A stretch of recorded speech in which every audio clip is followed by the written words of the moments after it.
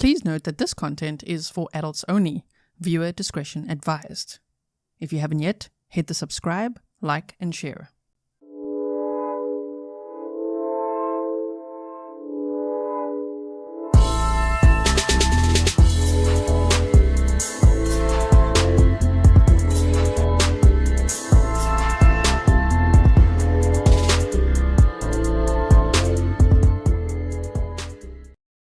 Hello everyone and welcome back to another live stream with me, Grizzly K. This is Grizzly True Crime, and today we're going to be listening to some new audio that is about Jen Soto. Okay, it's interviewing Jen Soto on February 28th of 2024. So, if you know nothing about the case, please expand the description box. There's a case background right up there for you, and you should also find the link to the full case playlist. Okay, and if you do, there you'll find the timeline. We've done videos. I think I've done at least 2 or 3 videos going over the timeline. We've looked at documents and map time and police video interviews and all of that. So please don't be confused. However anyone transforms this out there, this is audio only, okay? So we're going to be listening. Unfortunately, you're going to be looking at my face a lot. I've got my my exam pad here. I'm going to be taking notes as we go along. I find it very interesting because it's one of the first times that they actually confronted Jennifer Soto with information that they had found on Stephan Sterns' phone. So Madeline Soto was last seen on February 26th in Stephan Sterns' dad's vehicle, right? He was driving his dad's car. My goodness. Okay. And then on February 28th is when he was arrested because they had taken his phone when they checked into the hotel the day before, and then they checked what's on the phone, even though he factory reset it twice. Accidentally. Right. And then he got arrested for that. So he was charged with sexual battery and for the CSAM material they found on his phone. So this February 28th audio interview is, I think, the first audio interview, because everything's been so out of order because it all comes from different agencies and all that, right? So this one is February 28th, and we're going to listen to that. Let me see how long it is. I've defluffed it for you. 1 hour and 42 minutes. By defluffed, I mean there were long pauses, like really long pauses, and also some redacted parts. So I just chopped some of that out so we don't have to sit and stare at each other through those long pauses, right? Welcome to Membership Mail. Welcome everyone. Welcome to my moderators. Thank you so much for everything you do. Welcome to all my patrons. I did put a little voice clip, a mini podcast episode on Patreon for every person that's asking me why I stopped covering the trial. Not that I have to explain myself when I make a decision, but go over there. If you want to hear it, I explained it over there. And then welcome to all my members, all subscribers. My goodness, there's 13,000 new people in the last 2 weeks. So if you're new over here, hi and welcome. Okay, so let's get started listening to this. I just actually want to bring my paper over here so that I'm ready. You'll hear some paper flapping now. Also, before I forget, I'm going to be on Core TV with Vinny. So excited. Oh my word, I get so excited. At 9 p.m. Eastern today and tomorrow. 2 days in a row. Oh my goodness. Discussing those police video interviews, okay? So the only way to watch it initially is on coretv.com, the website, okay? You go to the website, you click watch live at 9 p.m. Eastern, and then you should see me there, okay? I should be on for 15 to 30 minutes, something like that. Normally it's half an hour, today and tomorrow, okay? So I'm very excited, and then later they normally go and publish that on YouTube. So as soon as they do that, then I will share the links and things like that in the description box. One more thing before we get started.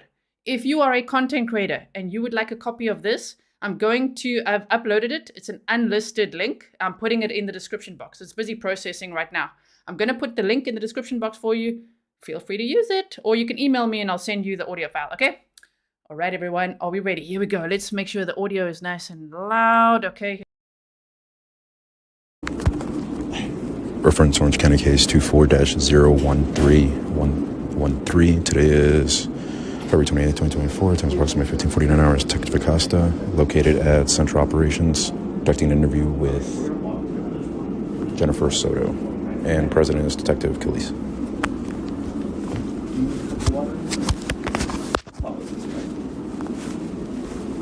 Are we going to the budget eventually? Most likely. Okay, that hasn't started yet? I'd have to check. I do not know. I've been out here.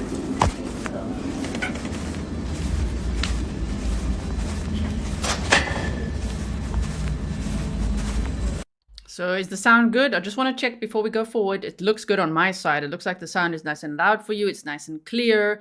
I boosted it a bit. So I hope you can hear nicely. Thank you so much, Diana. I really, really appreciate your $20 sticker.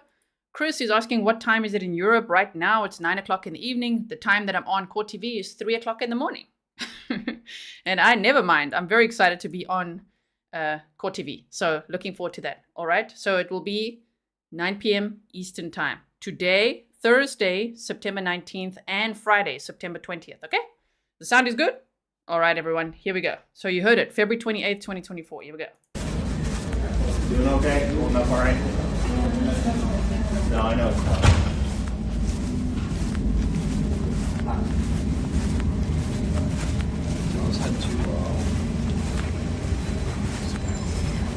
Back to the CR. Let's go see where he's at. I'm not Yeah, he should be ready. I just gotta.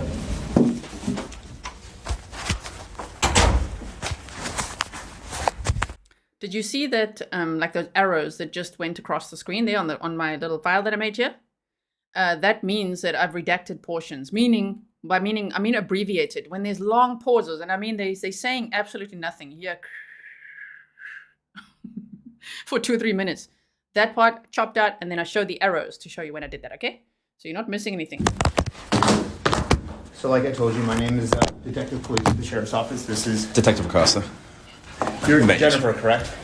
And then I'm assuming? Is that what I understand? Yes, but he's actually on his way to Florida. Okay.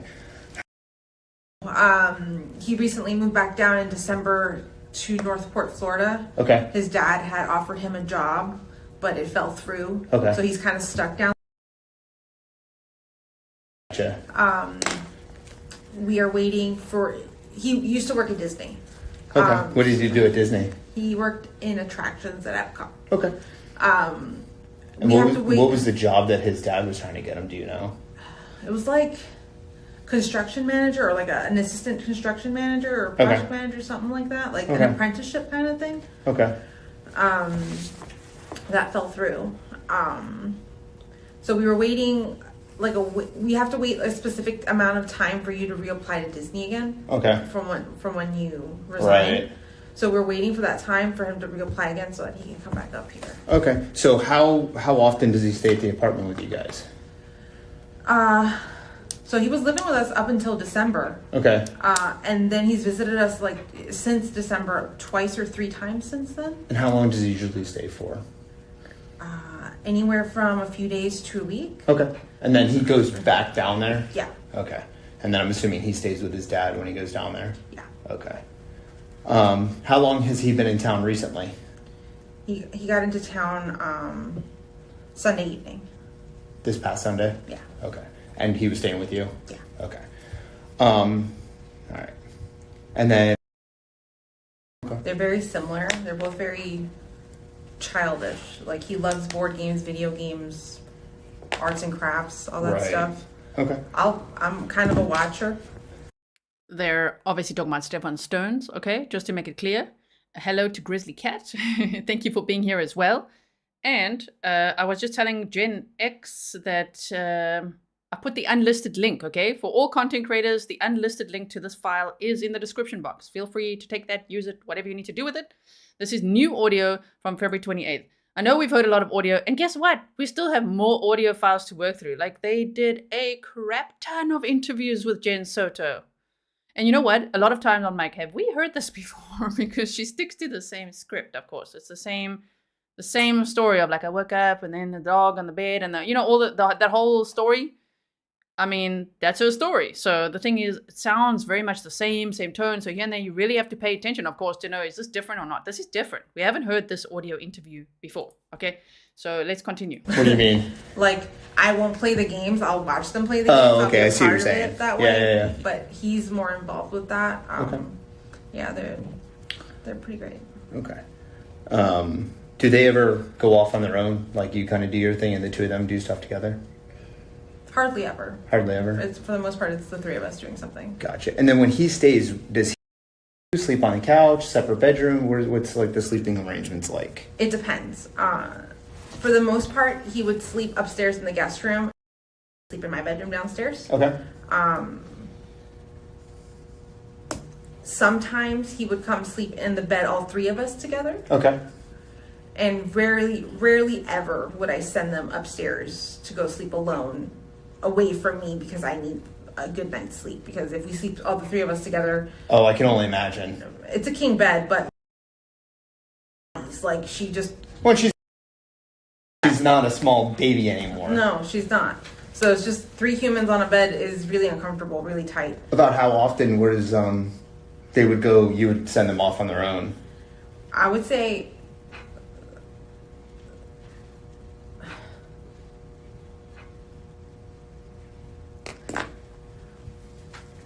honestly, somewhere between, I'm going to say less than 5 times has this ever happened, right? That's It fine. hasn't been that And this many is over the times. course of him visiting back and forth, correct?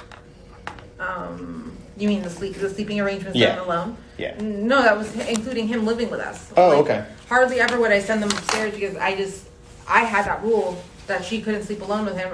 That's just me. I'm just Right. very, And then you said. So you're pretty familiar with him? yeah. Okay. Whose hand does that look like to you? See, now they're going to show, now they're sliding across photos.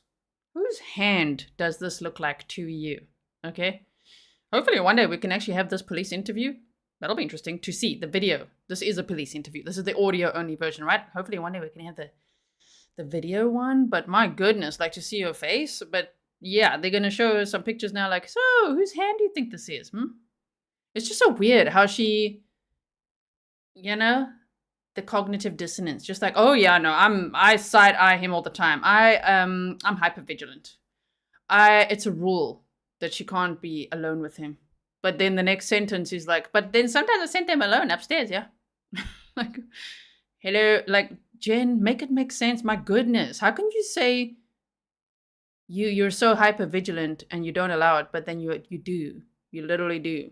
It's so strange. Okay, oh my goodness. I would say it's Stephan's. Is that Stephan's hand? Yeah, I would think so. Okay. So, you and Stephan, have you guys been sexually intimate before in the past? Yes. So you're aware of what like his penis looks like and things like that, correct? Yes. Okay. Does this look like Stephan's penis to you? No. No? Okay. What about that?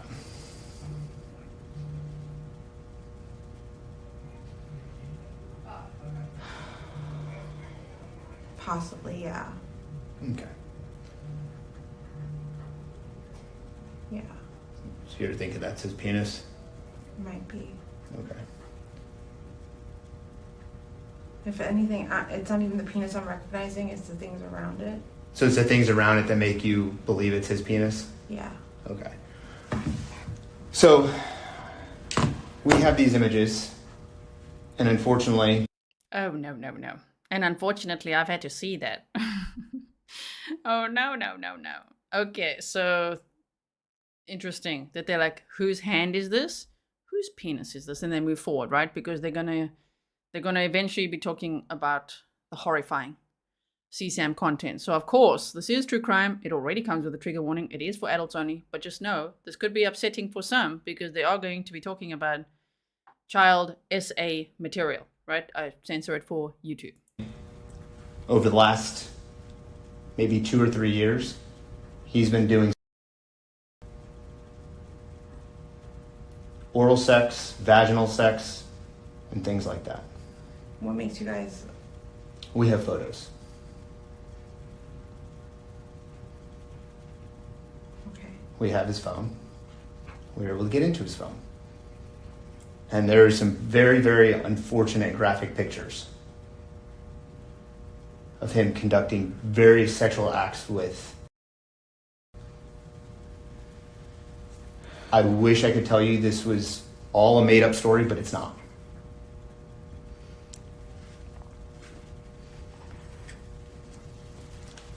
Did you ever suspect anything like this? No? You okay? Shop right now. Okay. Can I get you anything? Maybe some water. some water. You can just have it if you want to. Yeah. It's quite interesting, you know. I mean, Jen's lack of reaction is always interesting. Unless they tell her it's her birthday tomorrow, then there's a big reaction, big meltdown. Okay, but her daughter's missing. This was at this point a missing and endangered child case. So we've already heard from the body cam when they say, well, the sex crimes unit is involved, and also from some other audio files and the violent crimes units. And then she's like, oh, okay, like what, why? And they actually explain. She didn't say why. They explain, oh, it's because of her age and this and this. But even now, to say whose hand is this, who's, you know, what is this? And then the next minute talk about CSAM, and she's just like in shock. And I mean, one could understand the shock, but it's not like, where is she? There's no like, where is my daughter? Why are you showing me this? What does this have to do with her being missing right now? You know what I mean? Like, always interesting. Kitty Belly said a normal person would be like, why are you showing me this? What does this have to do? Yeah, about my daughter. Exactly, Kitty Belly. That's the thing. Kathleen says, okay, now I'd be screaming hysterically. A lot of people are now asking, what is there? Like the details of how she can recognize Stephan Sterns' you know what. It's got a very distinct freckle on it. And it's got pink markings on it, shall I say. Maybe that's why she's like talking about what's around it. You know what I mean? I think she's talking about the freaking freckle. The thing they were trying to photograph. And I love in that police video interview, when they're busy photographing Stephan Sterns, when they say, now don't be squirrely, man, because you will eat carpet. You understand? I do like that part. That was great.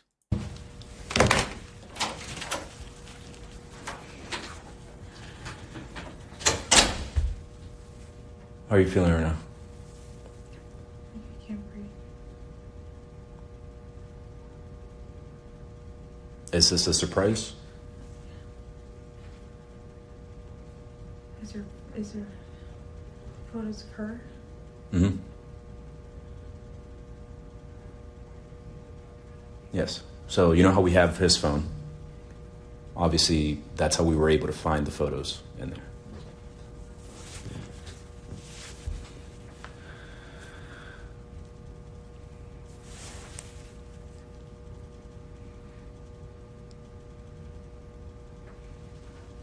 I don't want to believe that this is true.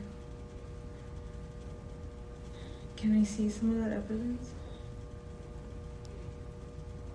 What makes you believe that it's not?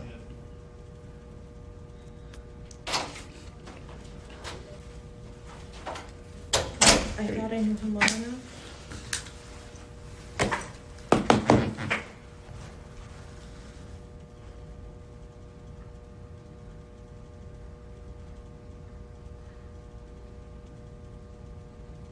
You said you thought you knew him well enough?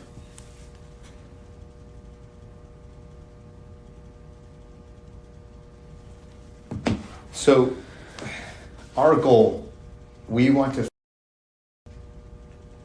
find her. Can you think of anything of where Stephan would take her?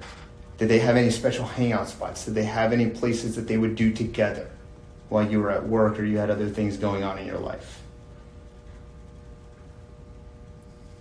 The only place they would go is hang out at home. There's no... Sorry, I'll go back a few seconds so we hear that whole sentence. Justice says she is in straight up shock. I mean, she really could be. This is the very first time on February 28th, right? I mean, it's only 2 days after Maddie was missing. 2 days. And they're talking about this, and I mean, when she's like, you know, initially when they're like, do you recognize this hand? And do you recognize this? There, I would think one would say, well, why are you showing me that? Like, what does this have to do with anything, right? But after that, being what they tell her then, and saying that they have evidence on his phone, I mean, yeah, she sounds like she's in straight up shock, right? So let's see what keeps on going, right? Okay, so let me just quickly, I'll go back just a few seconds so we hear this whole sentence. Did they have any special hangout spots? Did they have any places that they would do together while you were at work or you had other things going on in your life? The only place they would go is hang out at home. There's no place I can think of that they've gone outside. I mean, they've gone shopping to like Target before. Okay. But anywhere else that you can think of?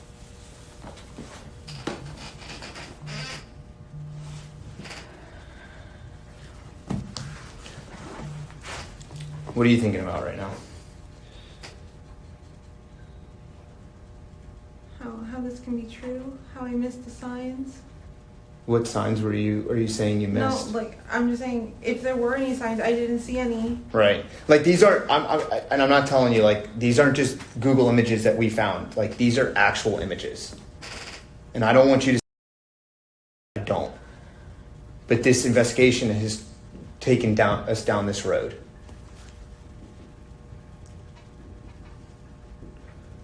So wherever you think, right now, we want to know so we can go get her safely. Of course, I just have no idea. Did Stephan ever take her back down to Newport Richie? Newport, Florida. Florida. I'm sorry. Alone, no. Alone? You guys would go together? Yeah, or I would drive down, just hang out. Okay. So when Stephan would not stay at the house with you guys, where else would he stay? In his apartment in his house in Northport, Florida. That's it. But when he would visit here, he would always stay in your house? He would never go get a hotel or stay at a friend's house or anything like that? No, he stayed at our place. Okay. Why did he go to Newport, Florida this morning? This morning? Yeah. I don't know. She sounds a little bit like, what? This morning? Like, she sounds genuinely surprised. Of course, it would obviously be better if we could see her, but this is an audio-only interview. So she's like, this morning? Yeah, you took your car. You went to Northport. I mean, even, do you remember how surprised Stephan Sterns' dad was? Like, what? Like, I came through to be at the hotel with him and he went to Northport? Which is where the dad lives, right? So she's like, what? Northport now? My goodness. Tammy, welcome. So, okay, thank you all for being here. Please like and share so others can also find this information. Also, I'm very aware that people react differently in shock, okay? When they presented with information like this, I mean, it's horrifying. I'm not saying that she wasn't in shock. I'm just like, damn, to think of everything we've heard, everything we've seen, that she still wanted to get Stephan Sterns a lawyer after this. You know, that she's still, after hearing this information, and we're obviously going to hear this whole interview. It's almost 2 hours long. You know, and we'll hear how she processes it a little bit. It's still like so shocking to be like, okay, get him like telling his dad, you need to get Stephan a lawyer, right? That's also what's upsetting, and saying, you know, that she feared that this would turn into a Woody Allen situation. So as I tell you, every single day, I try my very best to give Jennifer Soto the benefit of the doubt. I think this interview is very interesting because it's one of the first ones where I hear that she genuinely sounds quite shocked, right, about what the information is being presented to her. It's the first time we hear her actually like, what? Like processing things. Unfortunately, what she did with that information then is like, let's get him a lawyer? I don't know. Anyway, let's keep going. Oh, okay. I'm just curious. I heard a rumor that he possibly went down there. No. I don't know. Them is maybe lost in translation. No, he didn't. We were in the hotel. If anything, he stepped out to go get some Wawa. Okay. And then came back. About how long was he gone for? Um, Does he have a new phone since we have his, or? I think his dad may have handed him a new phone. Okay, do you know the phone number to that new phone? No. Okay. What's his dad do? Works in real estate. I think he's a broker. So she talks about him maybe like going out and getting some Wawa, which I believe is like, we don't have Wawa in Switzerland or South Africa or in the Netherlands. It's an American chain of convenience stores and gas stations, right? So I'm guessing you can get a lot of snacks there and things like that. Thank you, Mish. So look, we just need any information. Any. No, I know, but there's nothing I can give you. There's nothing I can. Did you communicate with Stephan on the new phone with your phone? No. No?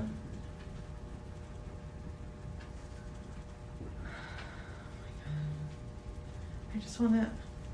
I believe you. I want to believe you, but I won't believe you until I see actual. Are you sure you want to see that? I'll go get it. Are you sure you want to see that? Take my word of advice. I wouldn't, blow smoke up your butt and tell you, that's a fake picture. I wouldn't do that to you. I wouldn't. I'm gonna be dead honest with you. I'll be more than happy to show you those images. But I don't know if I would want to see those. But if you want to see them, that's your own prerogative. Can you tell me what's being done in the photos? She has a penis in her mouth. And that picture that you said that the stuff identified that Stephan's penis around her, I zoomed in on that photo because in that picture, it's in her mouth.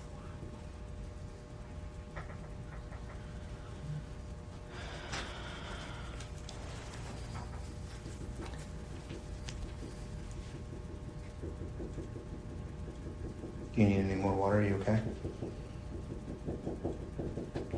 I literally thought I was coming here for the press conference, but this is not what we're here for.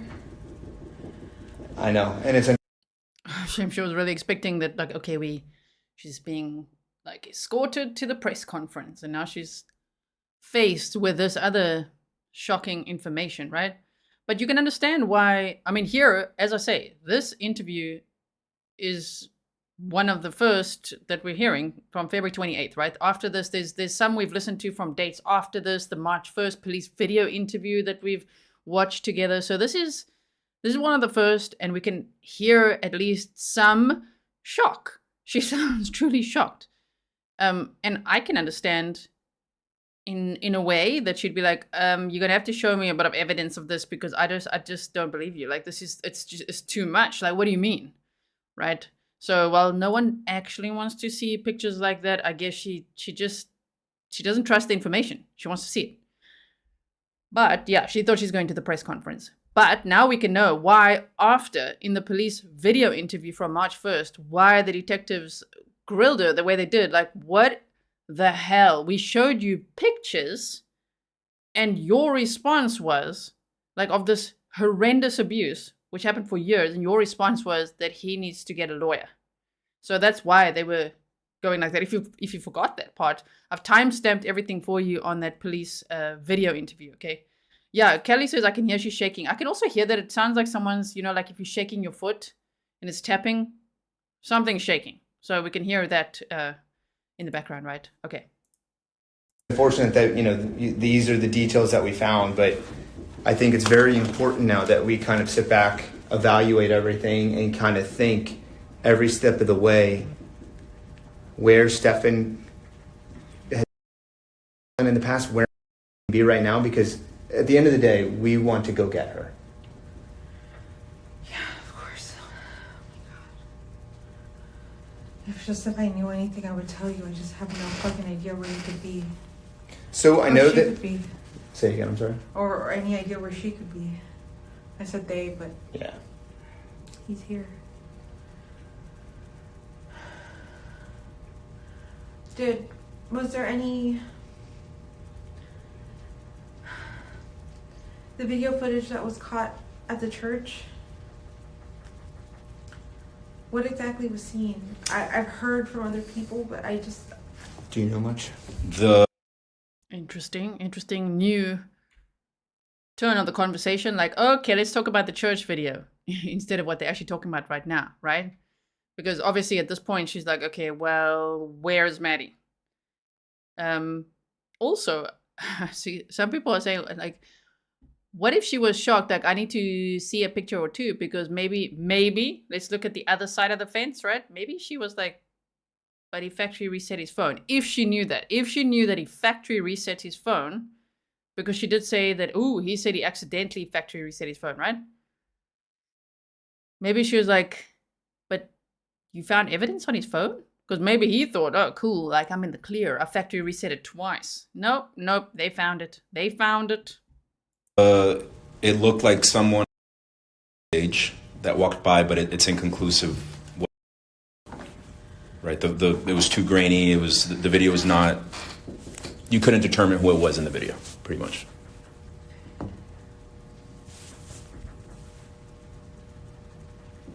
So we don't know that she walked by that church.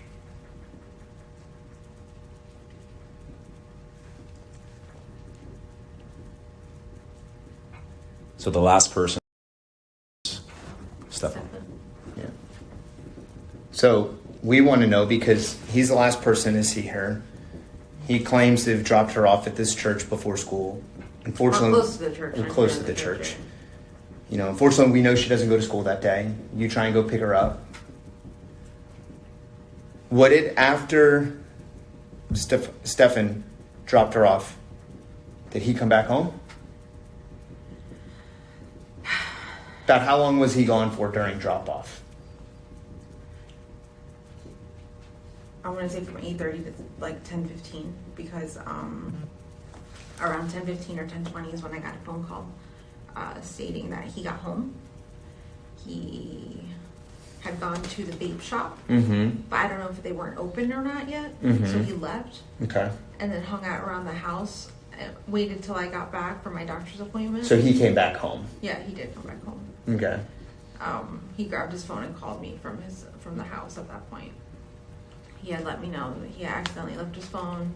He was waiting for the vape store to open, but they never opened, or something like that. And then he went back home just to give it time, and then he went back out later. Okay. So from 8:30 to 10:15, that's when he's saying the vape shop was closed and he came back home? I think so. Something. I mean, I know he was killing time. He does this. He'll just like to aimlessly drive around to kill time. I believe him when he says that he was killing time. Or at least I did believe him. What's like usually, how long does it take to go do her drop off and come back? Like 45 minutes. Okay. So 45, 50 minutes. So give or take an hour. Yeah. So he should have been back home by like 9:30ish. Yeah. See, now we're back to the timeline story. And it sounds so similar to every other version we've heard, even though this is the first one, chronologically, right? Johnny, you said National Spanish TV network Univision gave Grizzly True Crime a shout out for using your content. Oh my goodness. If you have a clip of that or a link or something, please show me. I'd love to see it. Thank you for being a member for 30 months. Okay. Yeah, you guys, Poetry Skips like, all of a sudden she's talking normally. Yes. Okay. But then there's like 45 minutes to 30 minutes of a gap in time there. Yeah. Where could he have gone? He says he was driving around aimlessly, just killing time. Okay. So then he comes home, let's just say around 10:15 is what you're saying. What time did you get home from your doctor's appointment?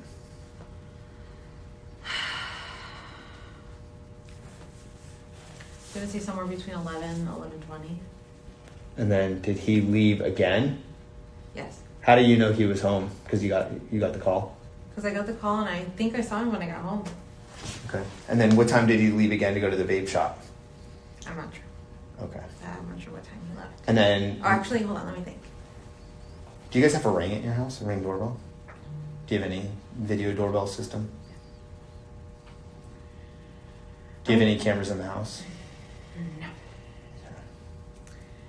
I'm going to say...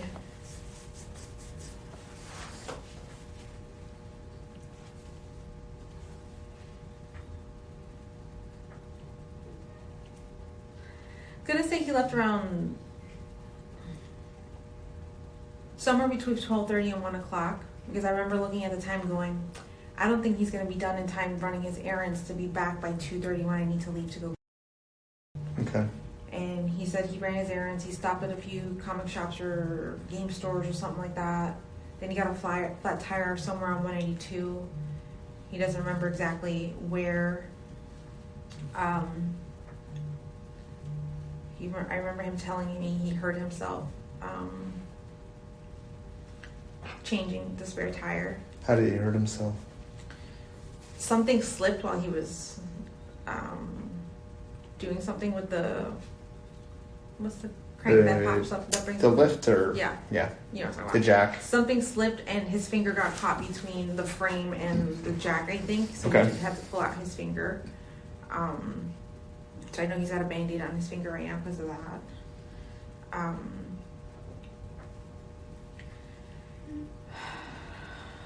So what time do you leave the house to go? 2:30. 2:30? Yeah, she gets out at 4. True. We know that timeline, right? If you don't know it, we've done plenty of videos going over bullet points of that timeline, when Jen left the house, or when she says she left the house, and when she was at the school and all of that. So they're going to talk about that. Also, somebody's asking, unresolved. Sorry, I'm late. Is this interview after? No, they found Maddie's remains on March 1st. So remember the police video interview that we watched of Jennifer Soto? That was conducted on March 1st, and right before they'd actually found Maddie's remains. They found her at 4:30 p.m. on March 1st. So this is February 28th. This was the day that Stephan Sterns was arrested for those. It was initially, the charge was sexual battery, and then later it was 60 plus charges of related to the CSAM content that they found on his phone. And then later in April, he was charged with murder. So just to clarify that timeline. Thank you so much, Lindsay. It takes me about 20 minutes to get to school, and then I wait about an hour and 10 minutes. Yeah, for the car line and everything. Yeah. Okay. I like to be the first in line. So at what point did you think, something's up? Around 4:10, when she did not come out of school and I was the first in line. I was holding up the line. I'm the first in line, there's cars behind me, and they already have their kids. Right. So when I noticed she had not come out, I drove away thinking, maybe I missed her. Maybe I forgot to tell her that I was picking her up from school today, because I have a new work schedule. Mm-hmm. So What do you do for work again? I'm sorry. I work at Walt Disney World, front desk concierge at Coronado Springs. Okay. I just Front desk concierge. That's her work. You know what I mean? So sometimes I feel like how do I word it? Like she plays dumber than she is. I don't know how else to say it. Sometimes she plays this really like, what? Like clueless. Like, I have no idea. In my opinion, of course, right? And just remember, a lot of people are I can see there's an increasing amount of Jennifer Soto sympathizers. And I understand, right? No one's just trying to like pitchfork just because. It's because of what happened to Madeline Soto for years. Because of really a lack of a protective mother. Having a selfish mother, right? And maybe having a mentally ill mother, but then who didn't step up and just like, okay, Stephan can just take care of her. You know what I mean? It's like, oh, that's so upsetting, and we don't want this to happen to anyone else. Again, even though it happens all the time. It's so scary to think it's happening right now. How scary is that? So this case hopefully can raise awareness. The outrage is, of course, because this is one of the examples of just how important it is to protect your children. Because worms, like Stephan Sterns, they crawl in there. Groomers operate this way. That's what groomers and predators do. They will find someone vulnerable, a vulnerable single mom who just wants to take a load off her shoulders. You know, just like, don't worry. I'll take care of everything. I'll look after your daughter. You know what I mean? It's really, really frightening and upsetting. So that is why. And obviously, as I say, every day I try to give her the benefit of the doubt. Sometimes she genuinely sounds upset or shocked or something. And then right after that, she'll say something. And I'm like, eh? So you got to pay attention to all of it, you know, saying certain things like the Woody Allen comment, or just being like, now. What she just said is like, well, I was waiting there in line. I left at 2:30. So, okay, you were there within like 10 minutes. So you're waiting in line for Maddie to come out. But then at 4:10, she hadn't come out. So you just left. Why? Why do you just leave? Why don't you find a parking spot, be like, oh my goodness, my daughter has not come out today. Like run in there, talk to a teacher, do something, phone someone. You don't have to like email a teacher, drive away and email a teacher. You just don't know. It's a dangerous world, and especially for vulnerable people like children. Oh my word, like make sure you keep an eye on your kids. Like if they're not coming out as they usually do from school, maybe check on that. Trust your gut. If you think something's very wrong, it's wrong. Go ask. Go check. The teachers were still there at that time if she didn't drive away. You know what I mean? So someone actually said, they left a comment yesterday on the video saying, every child deserves a mother. But not every mother deserves a child. That's what they commented on Jen Soto's police video interview. And it's so sad to the failure of this parenting here is obvious. I mean, that's what people are so upset about, right? That and more, of course. That's an understatement. 99 Pink Balloon says if SS was in charge, so Stephan Sterns in charge of picking up Jen's meds and he came home empty-handed, she would have raised hell and asked a billion questions.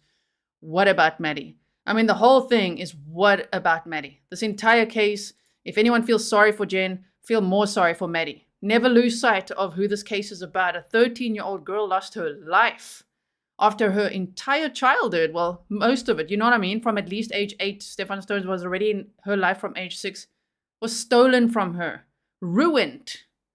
She had to deal with what we saw just for a few minutes, that body all over her for years. Oh man, it's too much. It's horrible. Okay, so let me just, sorry for the long pause there. Let's keep going. Recently, that's the biggest reason I even called Stephan, was to come help me this week with her getting her to school, helping with the dog. That's the whole reason I even called him, was to come help me. And what car did he come up in from down there in? In his dad's Cadillac. Okay. All right. So you kind of get some concerns when she's not coming out. She's not coming out, so I drove off along the same path she would have walked. I didn't see her. Is she here yet? She goes, no. And I said, oh, maybe I missed her. Maybe Does she still... sometimes walk home from school? Yeah, she does. To and then you pick her up from there? Yeah. Okay. She didn't make it. So I drove back to...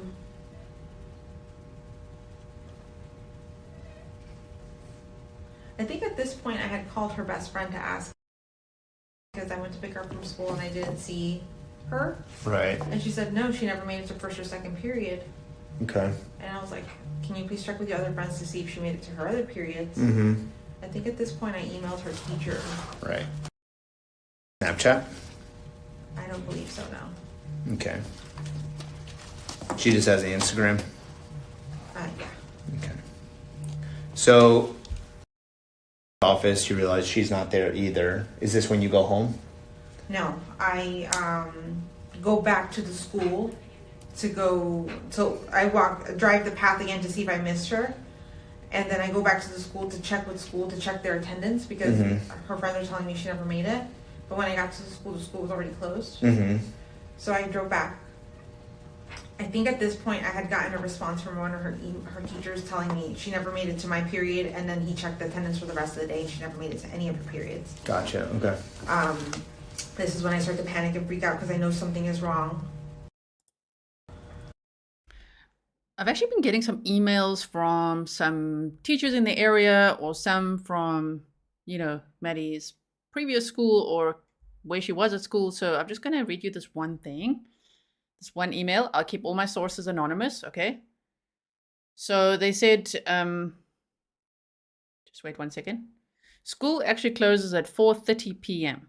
That's the time the office staff leaves. Yes, it's open until 6 p.m. for Boys and Girls Club, but they don't deal with the office staff or anything to do with attendance. And this person said, I also wanted to share what a beautiful little girl Maddie was. I had her in my classroom, and lots of the pics you posted, I was actually the one who took them. She had such a hilarious personality, loved singing super loud, and liked wearing colorful leggings with mismatched sweaters. She would light up the room every time she entered, and she was so smart too. She learned how to write her name super quickly. Oh man, that just makes me so sad. So if school closes at 4:30 p.m. and Jen Soto's in the queue, she leaves home at 2:30 and she's there for almost 90 minutes just waiting, and then at 4:10 to drive away. That's just upsetting. And I think one should be upset. Why are people not upset? It's okay, she can just. Why also? Because, okay, so Alex said, SS and JS use mental illness to infantilize or dismiss people like Maddie with ADHD. No one with a disability would do this. It's a manipulation tactic. Which, I'm reading this, thank you so much for your sticker, because that's the thing. They make Maddie, she would have no idea how to find her way home. So people are saying, well, some kids, if they're 12, 13, they would go to a friend's house or walk home. Yeah, but they made it as if Maddie doesn't even know her way home.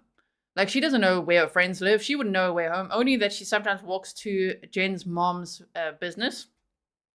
But, to say that she has no clue, but then also just drive away at 4:10, that sucks. That was park your car, make a plan. Yes, get out of the queue if you need to. park that car and go in there and say, where's my daughter? And get some information, right? Okay.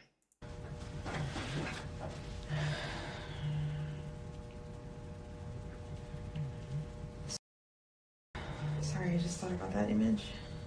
It's okay. Take your time.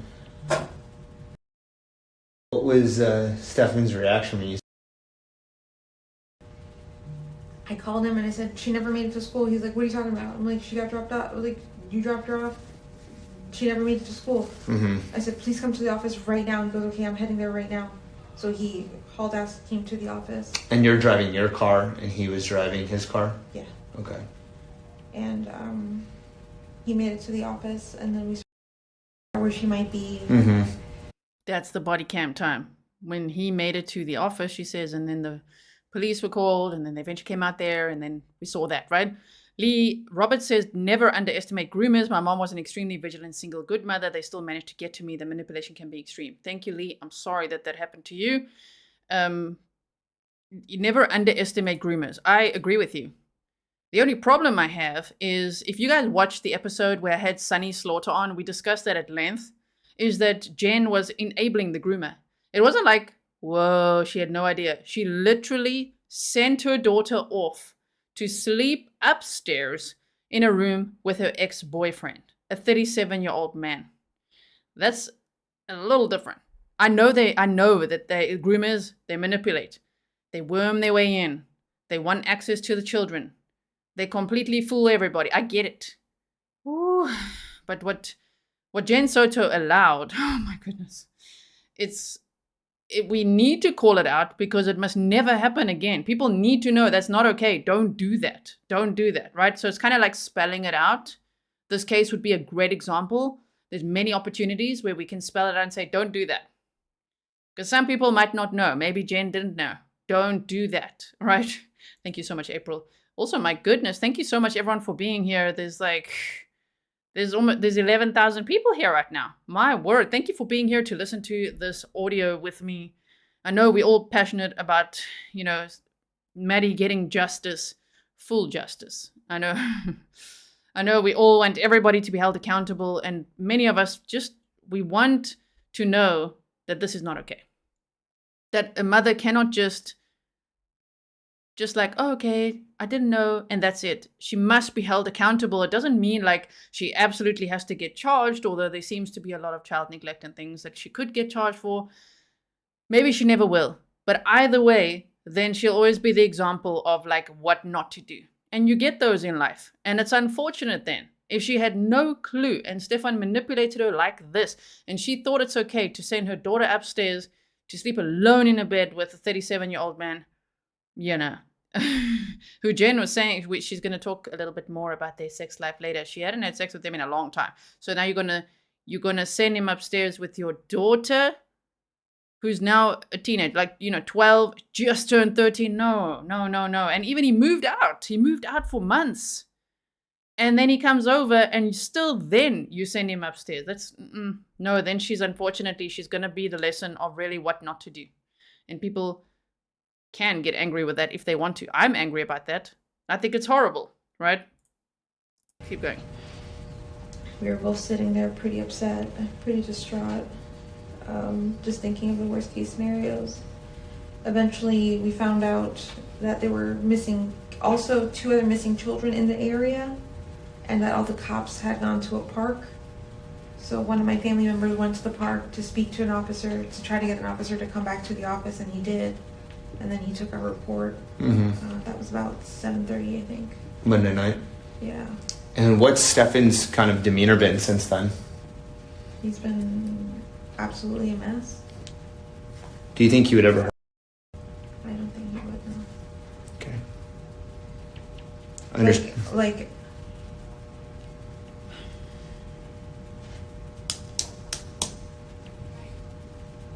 I believe you when you talk to me about those images. Mm-hmm. Those images might be real, or they've happened, but I don't believe they're related to this case. I don't think. It's been going on. It's been going on.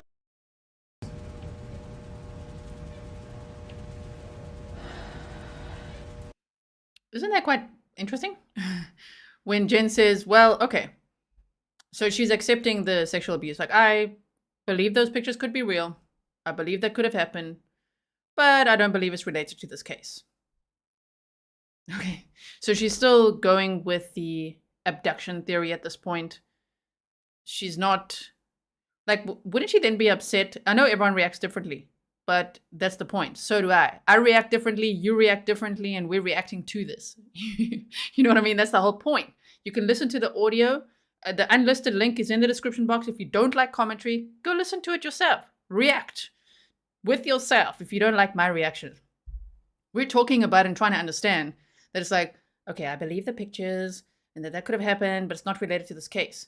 But wouldn't you then be angry with the police? Like, why are you bringing this up when we're trying to look for my daughter? Like, why are we talking about this right now if we're looking for Maddie? Could we maybe get to that? You know what I mean? Like, if you want to find your daughter and you really think she's still alive, wouldn't you be like, oh, my goodness, like, can we just get back to finding my daughter? Like, thanks for all of this, but like, can we get back to that? Thank you. You know what I mean? Oh my goodness. Simone said, justice for Maddie now. Thank you, dear heart. Oh, thank you so much. And Daniela said, let's not forget the text to Stephan Sterns. Yeah, that text is so weird. Maddie is not sleeping with me anymore. I can't risk it. I have no idea what she meant by that. It still is quite mind-boggling.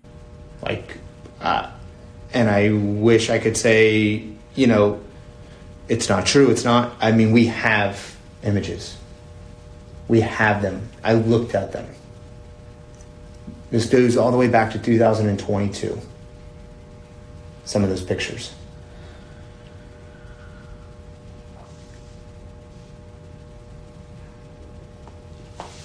I understand it's a lot to take in right now. I can only imagine what you're going through.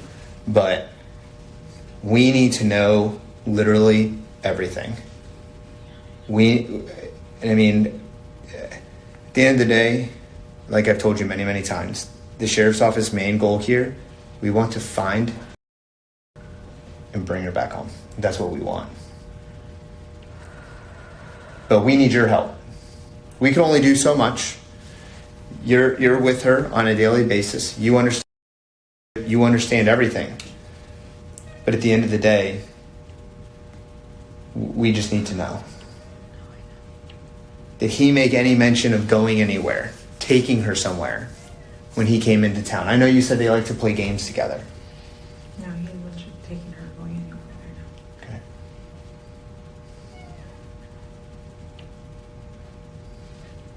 And prior to coming up Sunday, when's the last time he's been here? I'm gonna say it's been over a month. Okay. Has she ever made any comments to you about sex or anything like that? Being abused or anything like that? Hold on one second.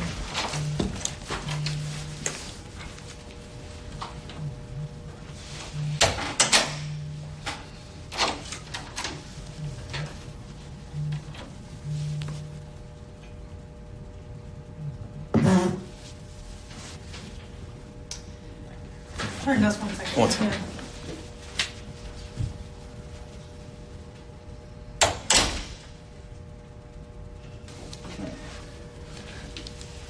So there might have been a little bit of miscommunication here, but a Kissimmee police officer, detective, is going to come speak to you about everything that we just talked about, okay?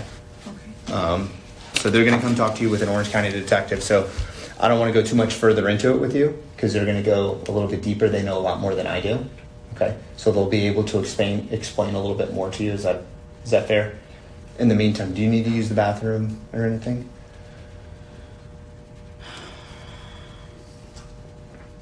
I don't know. It's okay. Take your time. Do you need any more water? Okay.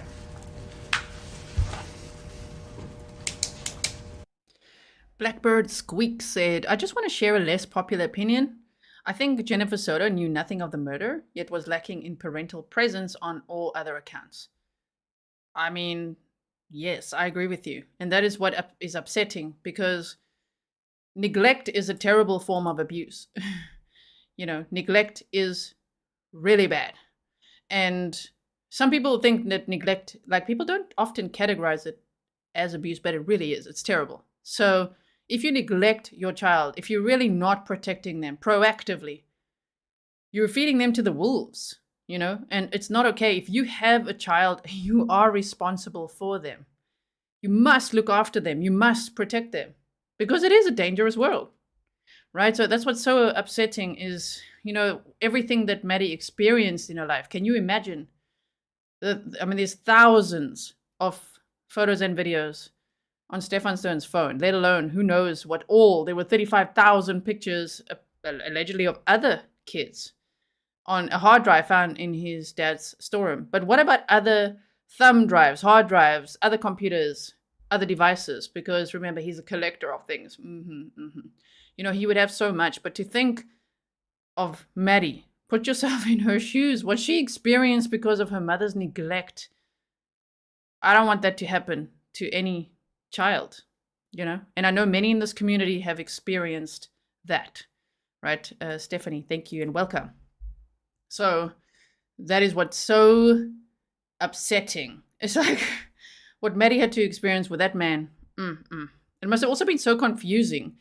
In that episode, if you didn't see it, the one where I had Sunny Slaughter on, please watch it because she had some really great insight. She's been through being married to a predator before, and she explained her experience and exactly how it is and why, you know, she initially was like, well, he needs an attorney because I need answers. I need this to go to trial. I need answers. I need to know what the hell this guy did. And there were other victims and all of that. Go check that out, right? Sunny shares her story very well there.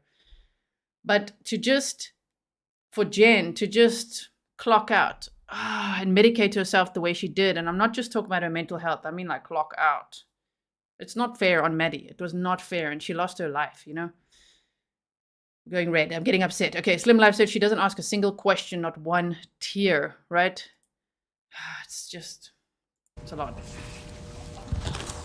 By the way, we're 27 minutes in, and the audio is 1 hour and 42 long.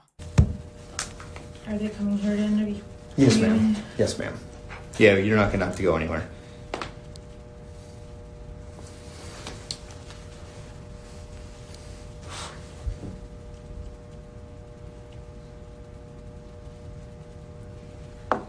Sorry, I'm going to say one more thing. Mushy please said neglect is obvious, but it's the false statements to police for Stephan Sterns. Oh, that's so horrible. It's prioritizing Stephan Sterns above her daughter. Always, every time. That's what the police grill her for, right?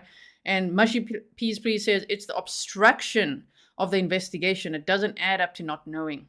Yeah. Thank you so much all for your comments. There's many that I missed because there's so many people here. Please also leave your comments in the not description box, in the comment section below so that I can read them afterwards. I really like reading all your insight. Thank you so much for being here and sharing what you think about this.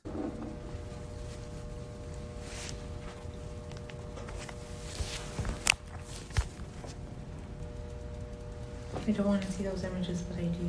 I feel like I need proof evidence, but like I'm afraid of being traumatized forever, so I'm not sure what to do. That's okay. And the Kissimmee detective, we'll go over everything with you, okay?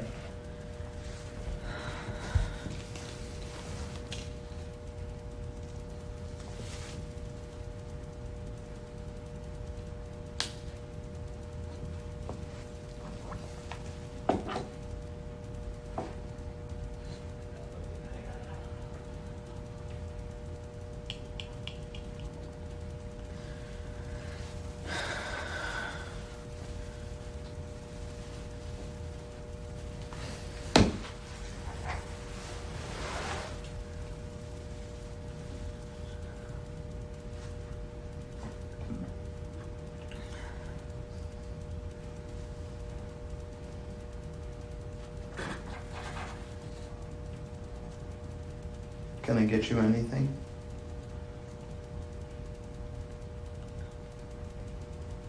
How long have you been working at Coronado Springs for? Less than 2 weeks. Oh, so you just started there? Yeah. Are you just like in training, or how does it work? Yeah, I'm in training right now. Okay. What'd you do before that? I was a substitute teacher for a little bit, but for the most part, for the last few years, I've just been living off disability. Okay. Like, can you believe she was a substitute teacher?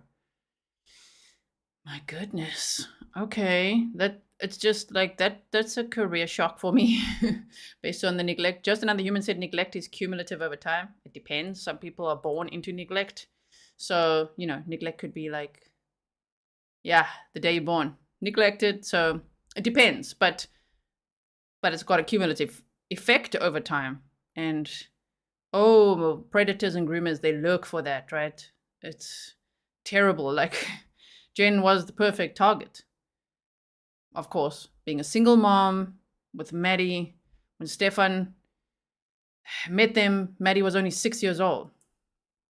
So, and I mean, he didn't even have to do anything. He didn't work. He didn't earn any money. He didn't contribute to the house. He could just be there, just like slide in. Here, I'm living here now. Like, oh no, okay. So.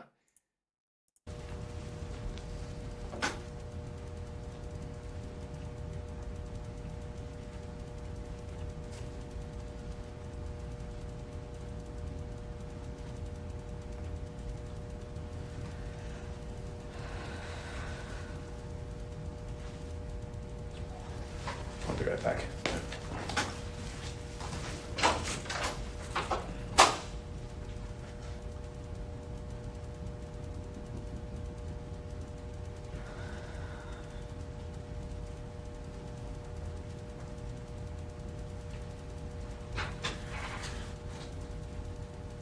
You okay?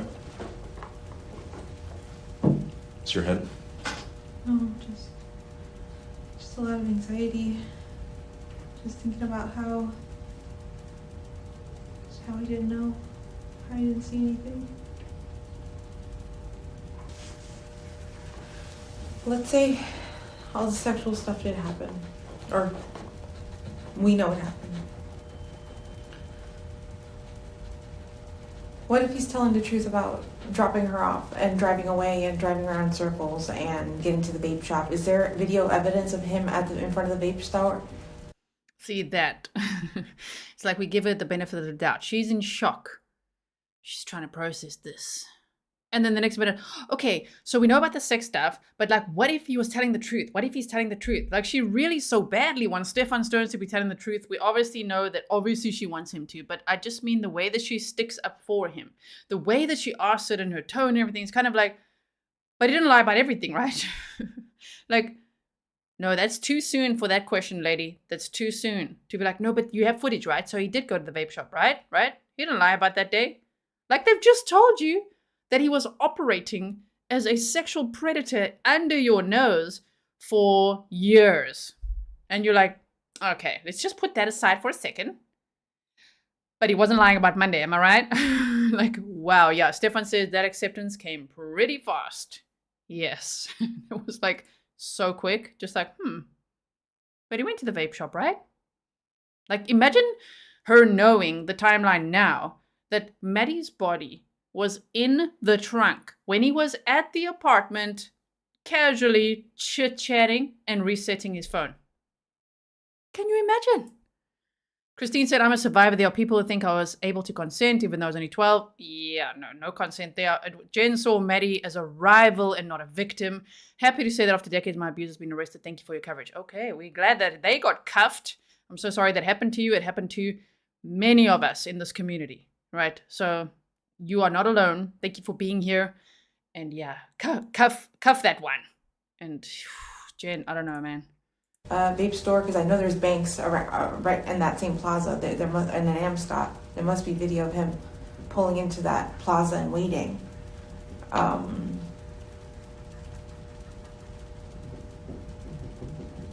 What do you mean? What's your question?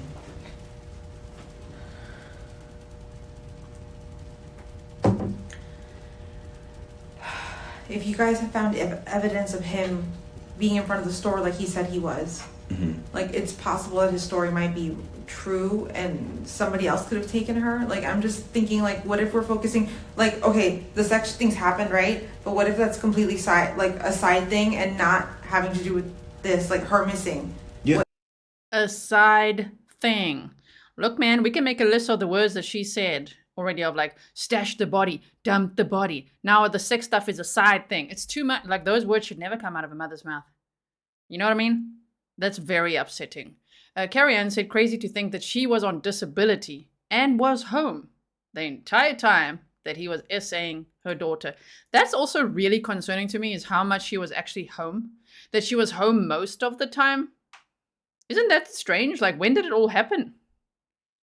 And doesn't she know, like, you know, when they talked about in the police interview, she was trying to speculate what could have happened, and she speculated so accurately. Like, is she psychic or what? Like, maybe he drugged her and then choked her. Wow, that was accurate. And she's like, because there wasn't a mess. How does she know? Because she says she didn't go upstairs. Why did you not go upstairs? If you went upstairs, how do you not know that there's this masturbation cream, a potential tripod? There was actually a phone tripod in the drawer downstairs in Maddie's makeshift room, but that's on the list, right? The documents we've seen. But still, why are you not running upstairs? Why don't you see his boxer shorts right there in Maddie's laundry basket? Just everything about it is like, oh no, I didn't look at that. Okay. Laura said, I'd be so upset and hysterical that those detectives would have to 5150 me. I don't get that woman at all. How is she not screaming? And a lot of people will say it's because of her mental health diagnosis, but that's just not, it's just not. One can't just, this is beyond that. You know what I mean? It's like, aren't you upset about what they just told you about your daughter? Like, oh, okay, the sex stuff is like, let's say that's like a side thing. I'm going to play that again for you just so that you can hear it real quick. I won't go too far back, don't worry, just there.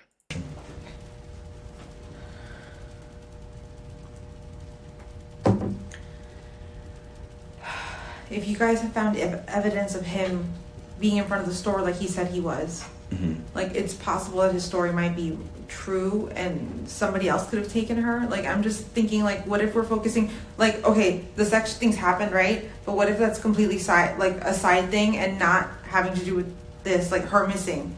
Yeah. What if I got you. else? So just like Detective Khalees explained, that's why the Kissimmee detective and the Orange County detective are going to come and talk to you about it. Obviously, it's two different things that we're talking about, but they may be tied together. They may not. We're not sure. But that's why we want to talk to you and get as much information as possible. That's what the detectives are going to come and talk to you and, try to help us out. Get as much information. Am I allowed to talk to my sister right now? Right now, just hang on for right now, until after they're done.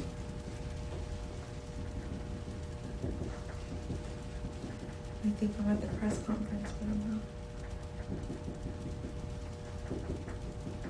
Can you tell me? You weren't there. I just want to know what was said at the press conference. What did I miss? They'll let you know. What are you worried about that you missed? Nothing, just if there's a new piece of information that I haven't heard or something. But I know you guys are keeping me in the loop as well. Mm-hmm.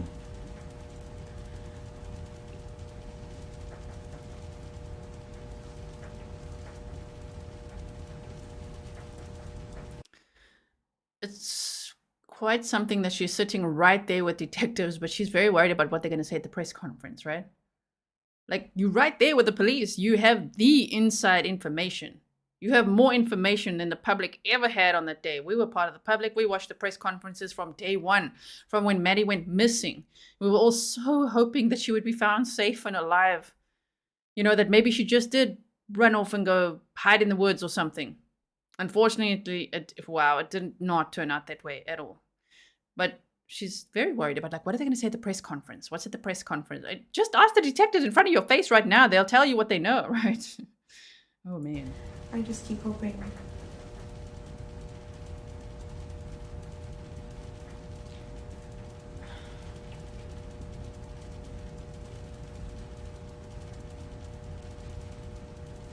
Just hoping she's still out there and she's still alive. I don't think Stephan would have done anything to her. But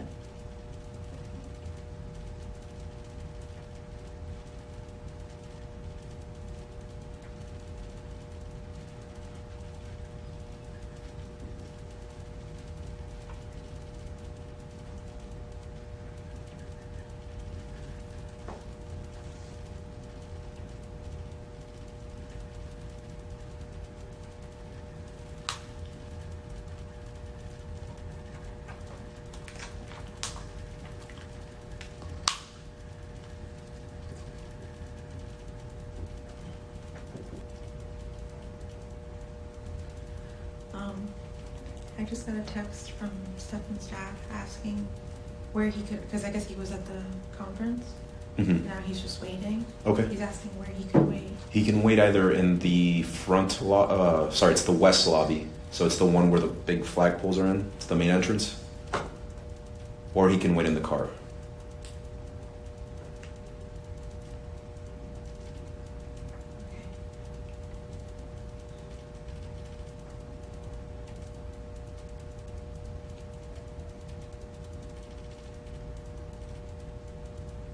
In the west lobby, the main entrance with all the flags? Yeah.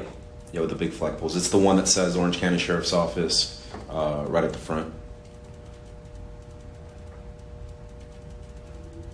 It's on the easiest way to find it, it's on the Colonial Drive side.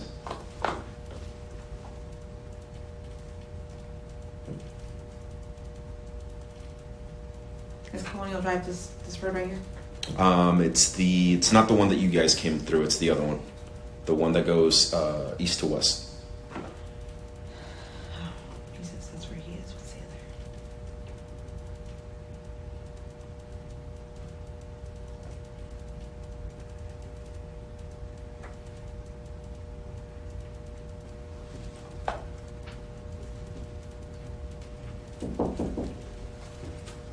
other? Hey, how are you? Good, how are you? Hello, my name is Mark. I work with the Kissimmee Police Department. Okay, Thank you. That's your work phone? No. Is that what? But that's the... Okay, thank you. so the reason I am here, or we are here, is because we think when it went missing, you live in our city limits. Okay. So that's the reason we got involved now. Okay, do you understand? Yeah. All right, so I understand you probably answered a lot of questions and you've got a lot of stuff going on. I am apologizing now. I may ask you the same things that you've already been asked. That's just because I like to hear it for myself. Okay, and I know you've been speaking with her quite a bit, but we want to do what we can as soon as possible. Okay, so that's our main focus right now. All right. So, but before I get started, your first name is Jennifer, right? Yes. And your last name is? Soto. So, what's your telephone number? Okay, so I'm gonna ask you, and once again, I apologize. So on Monday, you've gone to school. Is that right? Okay. So tell me how that morning went. Actually, let's go the night prior. Okay. So night prior, she had a birthday party. I couldn't be there because I was at work. Where do you work at? Disney World. I'm front desk at Coronado Springs. Okay. She had a birthday party. She had a good time. She spent the entire time with my family. Later that evening around 8:30, my sister dropped her off at my house. And she started getting ready for bed, or doing her nighttime routine, which is take her meds and get in the shower. About 10 minutes after she arrived, Stephan arrived, and he let me know that she was doing what she was supposed to be doing.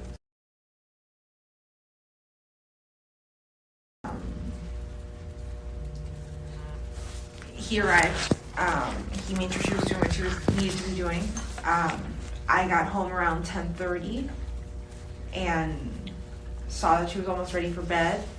I ate, we talked for a little bit, asked how the birthday party was to show me her gifts, how everything went, and then she went to bed. And this is around, you said around 10:30 she went to bed? Around 11. 11, okay.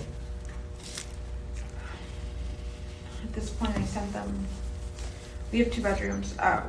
We're a 4-bedroom townhouse, but there's a bedroom and a guest bedroom. Okay. I sent them upstairs to the guest bedroom because I had not slept well the night before. I had forgotten my psychiatric meds and I was feeling off. I was not feeling okay. So when I got home from work, I said, guys, I need a good night's sleep. They all wanted to sleep in my bed, all 3 of us together. Okay. Is that normal? Yeah, for us to do that, yeah. Okay. Why is it normal at that point? Because they'd broken up and he'd moved out. I mean, they broke up and first he moved upstairs and then he moved out. So to be like, yeah, he was coming over, we're all going to sleep in one bed. Why? Boundaries. Boundaries are so important. You know, and I learned that the hard way, like I'm sure many of us did. It's like, number one, if your parents don't teach you boundaries, or if your parents themselves don't have boundaries, oh, it can be so devastating. Like, come on, Jen, you broke up with this guy. Obviously for a reason. You said he's messy and, you know, that he's just, I don't even know what the other reason. She said he's messy. And what was the other reason?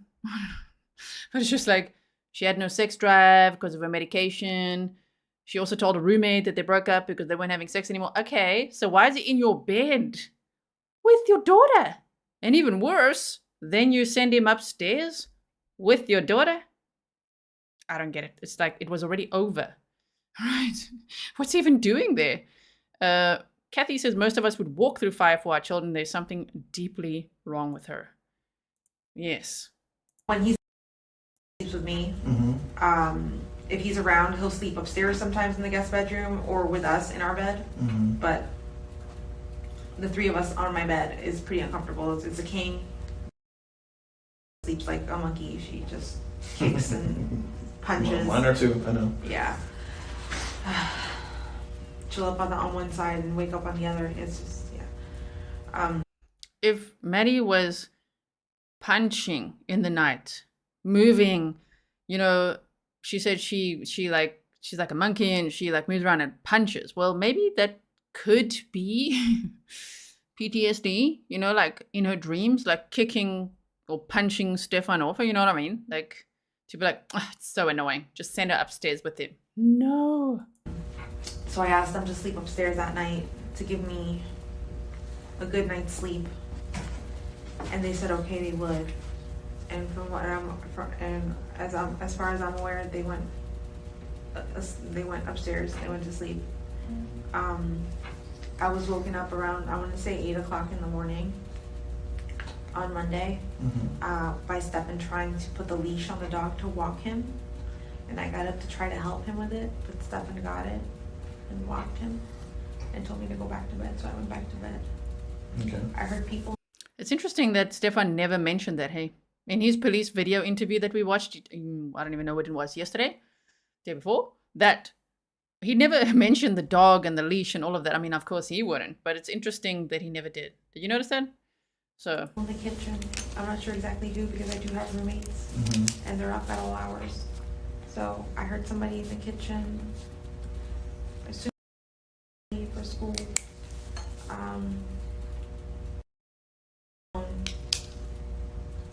On her nightstand, I know she walked into the kitchen, into her bedroom to get ready and all that because she left her phone on her dresser in her bedroom. And I know she did that while she was getting ready that morning. Now, what is considered her bedroom? Where? In the living room. Okay. We've got like a little wall partition, and she's got a bedroom in the living room. It's got a bed, a dresser, a desk, and a TV. She doesn't sleep there though. She just hangs out there during the day. That's her space. She'll hang out there. But yeah, she got ready, supposedly, and they were off. They left to school early. I'm not sure what time they left. What time does her school start, do you know? She's got to be at school at the latest by 9:28. What, do you know what time her school starts? 9:28. Okay.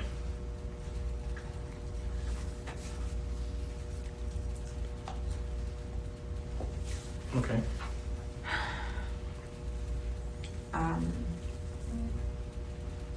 From what I was told, he dropped her off somewhere between 8:30 and 8:45, or somewhere along that line, around that time. And Stephan told you this? Actually, that timeline might be from what the cameras, the church cameras you guys have told me about, but we don't know if that was really her, so I'm not sure about the timeline anymore. He said he went, I think he had given me a timeline of, he dropped her off somewhere between 8:20 and 8:45, but he's not sure exactly what time. Okay. He said they were making good time that morning. He was like super impressed with how quickly she got up, got ready, and was out the door. I know she wanted to meet up with her friends at school early. And I know Did she tell you that? Yeah. Okay. And I know she wanted McDonald's early that morning for breakfast. I don't believe that. And you can believe it. I don't believe it when she said, yeah, she was going to meet up with her friends early. Why would all the friends be arriving on a Monday morning early? Like 2 hours before school, just about it. Yeah. Because Stephan, was saying that they made such good time, they got out that door in such good time. Yeah, of course he's going to say that given our hindsight now in the situation. He was removing a body from the home. And it's like, wow, we made such good time. Quickly stop the dumpster first. Get that backpack in there. Like, what? But to say, yeah. She said in other interviews that she checked Maddie's phone and there was nothing suspicious or anything. But now here she's saying, yeah, she wanted to meet up with her friends real early. Well, how was she going to do that if Stephan planned to have this surprise special McDonald's breakfast with her? Do you know what I mean? Also, just me, Mandalay, said her text to Stephan saying she's not sleeping with Maddie anymore. She can't risk it. Says it all. She knew. Man, and I really want to know exactly what does that sentence even mean? That one is very concerning.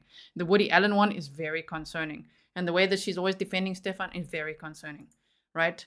It always reminds me of, and no, Jen Soto has not been arrested for anything, but that Daniel and Nicole Aguilar case, it just bugs me. It keeps coming up because there as well, some people are like, well, the mother didn't know, and the mother this and this. The mother did get arrested eventually too, and I think she's serving like 15 years in prison. But that guy was abusing her son, her 5-year-old son, and she knew about it. I mean, like physically abusing him, knocked him out, killed him, okay? And she's like, but I just wanted to be with a man. Like when they asked her on the stand, why did you allow this with your child? Because I just wanted to have a man. I wanted a boyfriend. Like, oh man, I won't forget that case. If you didn't see it, I covered it. We did it in 3 days, right? Because there was a lot of fluff in that trial. User 13 said, I wonder where Maddie was when they wanted to be intimate. That's another point that Sunny also brought up the other day. If Maddie had this like makeshift room and Jen and Stephan were right around the corner, how did that work? That's a scary thought. Okay. But Stephan said she was asleep in the car for the majority of the car ride, and he kept trying to talk to her and talk her into getting McDonald's. Mm-hmm. But she kept saying, no, just drop me off. Okay. So this is where she got dropped off somewhere on the road, close to school, and then I don't know what happened to her. But this is what I was being told happened that morning. Gotcha. And then you went to pick her up after school. Is that right? Yeah. I left the house at 2:30. School is not let out till 4 o'clock, but it takes me about 20 minutes to drive, 25 minutes. Mm-hmm. And then I wait that hour outside. I like being the first car in line. I like being the first. Through the line, if you know. Exactly. So I like.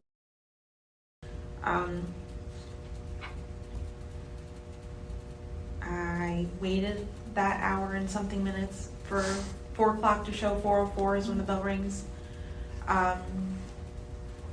Waited there until like 4:10 and she didn't come out. That only sounds like a few minutes, but in those few minutes, the cars behind me got full of children. Mm-hmm. I'm the first in line, so there's cars behind Mm-hmm. me already picking up their children. They're waiting to get out. Mm-hmm. So I felt pressured and rushed. So I decided to drive away. I'm like, she's not here, something's wrong. Or maybe I forgot to tell her that I was picking her up. Maybe she just decided to walk. She'll do this sometimes. This is pretty close to the school. So I decided to drive along the path that she would have walked. And I asked, has she made it? And they said, no. And I said, okay, let me drive the path again and see if I see her along the way. Drive along the path. I park on the road where she would be walking. And I waited there for about 15 minutes and nothing. She didn't appear. At this point, I returned back to the office. She should have been at the office by this point. It's like 4:35. Mm-hmm. She did not appear. So at this point, I call her best friend and I asked her best friend, with you, I don't think I told her I was coming to pick her up, but she's not walking or she's not at school. And she said, no, she never made it to first or second period. And I said, what do you mean she got dropped off? And she's like, she never made it to first or second period. I said, can you please check with your other friends to see if she made it to her other periods? At this point, I start panicking and I drive back to the school to check her attendance, but the school office had already closed. So What time was this? This is around 4:45. Okay. And the school was closed already? Mm-hmm. Okay. I think they closed at like 4:30. Yes, and as I say, I read an email earlier from a teacher in the area that says the school closed at around 4:30. True Crime with Strategic Guys says, listening while painting my front door. Very nice. We love a productive day. If you didn't hear my message earlier, True Crime with Strategic Guys, in my description box is an unlisted link to this audio if you want to use it, okay? So thank you so much for being here while you're painting your front door. People asking about the Woody Allen comment. We discussed it in the episode with Sunny Slaughter, but we are yet to go over that full interview. I'm trying to do it at this point chronologically because, my goodness, receiving things, it's like, then it's this day, this day, this day. So I'm trying to do the audio now chronologically as much as I can. So it's still coming up, okay? We're going to be going through that. We've got more. Can we do it, guys? Can we listen to more interviews? More of them, of Jen Soto. And some of them you'll be like, are we listening to the same thing? Because it sounds so similar. Oh my goodness. There's just a couple of differences, and here and there she says something jaw-dropping like this. The quote that she said was, I always told Stephan that my worst fear was that this would become or turn into a Woody Allen situation. Then she even explains what the Woody Allen situation is, and I'm like, and she said, they can't do that to me. I told them they can't do that to me. That's a jaw on the floor moment. I can't even, right? Stephan said, if you know the school closes at 4:30, why didn't you go in at 4:10 to ask for Maddie? Yes. Why? Oh, man. I went to the school, I rang the bell, they were closed, nobody was opening the door. So we decided to leave. But I had already emailed one of her teachers. I think when I had spoke to her best friend, I had emailed the teacher. The teacher confirmed that she never made it to his period and never made it to any of her other periods that day. He checked her attendance for the whole day. Mm-hmm. When he told me this, I realized something was really wrong. It's truly wrong. Mm-hmm. And a panic attack. And what time was this? I'm gonna say around 4:45, 4:50. Okay.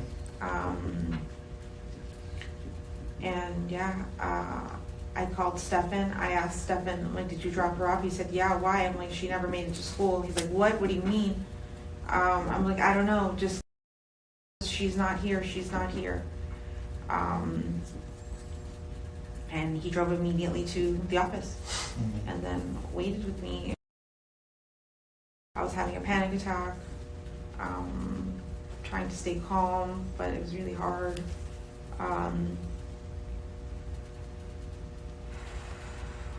I think we waited about 3 hours for the police to show up.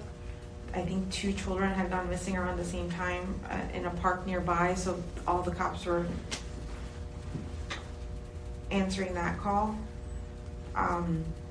Eventually a family member went over to the park and spoke to an officer and let him know, hey, there's another missing child, please come take the report. Mm-hmm. So they followed him and brought him to the office, and then he took down our statements and made the report, and then the process started. They were there for, I'm gonna say 1 to 2 hours, and then it was time to go home. Okay. So ever since then, since the officer took the report, or the deputy took the report, have you been looking for? Have you been driving around? I've been staying at home just in case she comes home. Okay. My family, I have a huge family. Mm-hmm. They've been driving around. They've been walking the walking path behind the school. They've been handing out. They've handed out like 1,000 flyers already. Mm-hmm. They're the ones who contacted the news. Has she gone missing before? Never. She never ran away, even if it's for a couple hours or anything like that? Okay. So when you physically or talked to her, it was the night before. Yes. Is that right? Mhm. Okay. And how was she then? What was her demeanor? Happy. She had the best birthday party. Mhm. She loved her presents, her gifts. She got a lot of money. Mm-hmm. So she was showing me all that. Yeah. Okay. So, how was her sleeping habits? I know you said she was up and at 'em in the morning. Is she? Because some kids like to sleep all day. Some kids get up and then they're ready to go. What's she like? So when she sleeps with me, and I have to wake her up, Mm-hmm. she's difficult. She'll snooze 3-4 times. We'll hit the alarm a few times, let it ring, and then go back to sleep, and then let it ring, and then go back to sleep. When it's her waking up herself and she sets her own alarms on her phone, which is what I think she did that morning, she usually gets up pretty quickly. She doesn't snooze. She'll get up, she'll immediately go do what she needs to do, and then she'll either lay back down in bed and snooze until it's time to go, or yeah, just be ready to go. Do you take her to school? Yeah, Okay. When you take her to school, where do you drop her off at? at the school.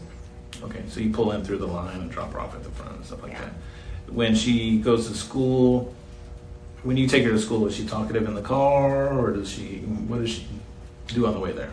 Not really. She'll be on her phone. We'll listen to the radio station, or listen to some Taylor Swift. Yeah, she's pretty quiet. Or she'll be snoozing, sleeping. Mm-hmm. Yeah. Okay. So going back to Stephan, was Stephan at the birthday party? No.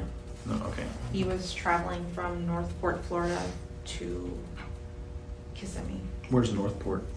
Sarasota County. Oh, okay. And he got here when? It's there where the laundries are. Where's Northport? There, where Roberta Laundry is. Actually, Stephan Sterns' parents only live 8 minutes away from them. Can you believe that? So if she got dropped off around 9:30, 8:30, he probably showed up around 8:45.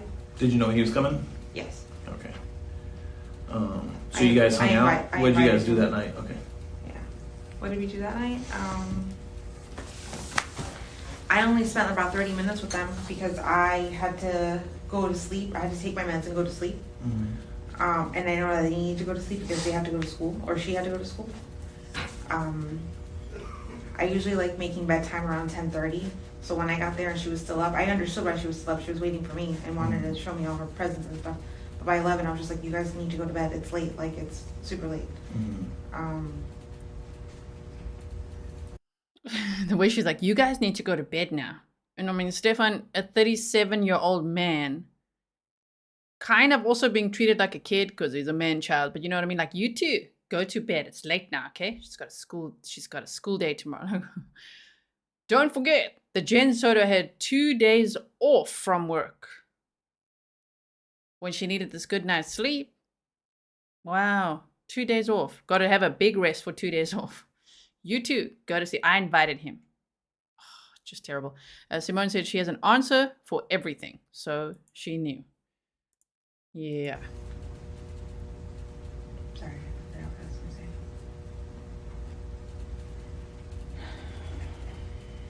Is it normal if he comes to see you that he or Yes, it's normal for him to sleep upstairs in the guest bedroom. okay? What? But then why invite him? Is it normal for when he comes to see you that he's what? Where is he sleeping? Yeah, upstairs. Why? You broke up with him. He moved upstairs. Then he moved out. Why is he coming to visit you, Jen? And then you're sending him upstairs with your daughter within half an hour of seeing the guy. Within 30 minutes of seeing, supposedly, according to the timeline, Stephan Sterns like, oh, hi. Okay, now you two go upstairs. I can't get past that. That'll never be okay. And look, if people are upset with me, which I think majority feel the same way I do, but it doesn't, I mean, everyone's entitled to their own opinion. You know, if everybody disagreed with me, I don't care, because I'm still going to be the one to say, that's not okay. Somebody has to say it.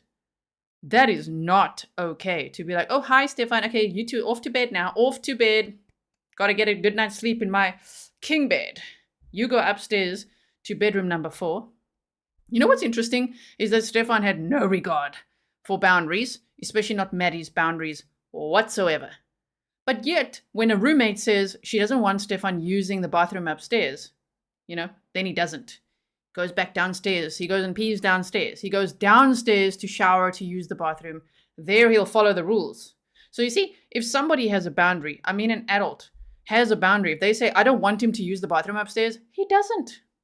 So if Jen had some boundaries, maybe he'd listen because he is a man-child after all. Predator, groomer, sick, mofo, maggot, all the things we can say. But he does understand boundaries because the roommate said, don't use the bathroom upstairs. And he's like, okay. Go downstairs. What? Yeah, T-Will says, never okay, G. It's never, ever okay. So if people want to get upset and sympathize, you go ahead. I'm going to be the one that's going to say that's never okay. Because somebody's got to say it. We've got to spell it out. That's not okay. Please don't do that. Please never do that. Never trust anyone that much with your children ever. It's your children. Never send your daughter or son upstairs with your ex-boyfriend. The frick is he doing there? I invited him. Why? What do you need help with so badly? You have 2 days off. Jen had 2 days off after that. Spend some time with your daughter. She's 13 now. She can get herself ready for bed. And then knock yourself out like you normally do and have a good night's sleep. And then wake up for your doctor's appointment. It's not like she was sleeping in until 1 p.m. She had to get up for a doctor's appointment. That's the other thing that will just drive me insane. Where she's like, I just needed to sleep in and have no alarm. You had an alarm because you had a blood test. My goodness. Yeah, Rhonda said also, why was the child never sleeping in her own room? And I can only assume now and speculate that because she was traumatized. But yeah, that was never questioned either. Where's a boundary too? Then teach them, help them, question, why is that? Why are you so scared? What are you punching in the night? What's going on with you? Are you okay? Right? Oh, man. Makes it different from when he sleeps with or the 3 of you or upstairs by himself. It all depends on the circumstance of what's going on. For the most part, if it's a school week and school, I send them upstairs because I know that my alarms are going to go off multiple times super early in the morning and I don't want to wake him up. Difficult to wake up, so I have to constantly be talking to her, shaking her. So I, for the most part, it's downstairs and he goes upstairs.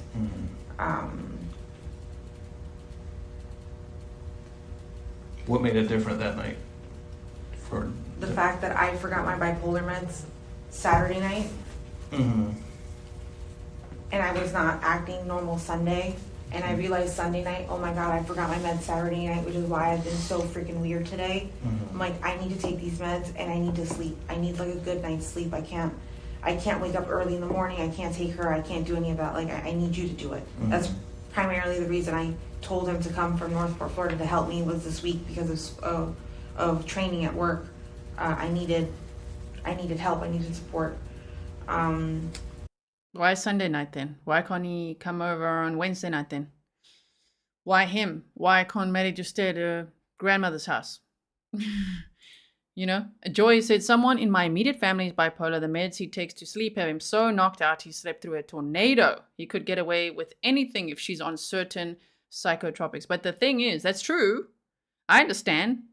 But then why kick Maddie out the bed? To be like, man, her meds knock her out.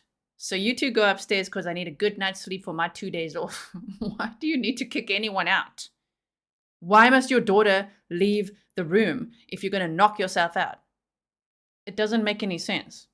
Why must Stephan even be there to help her?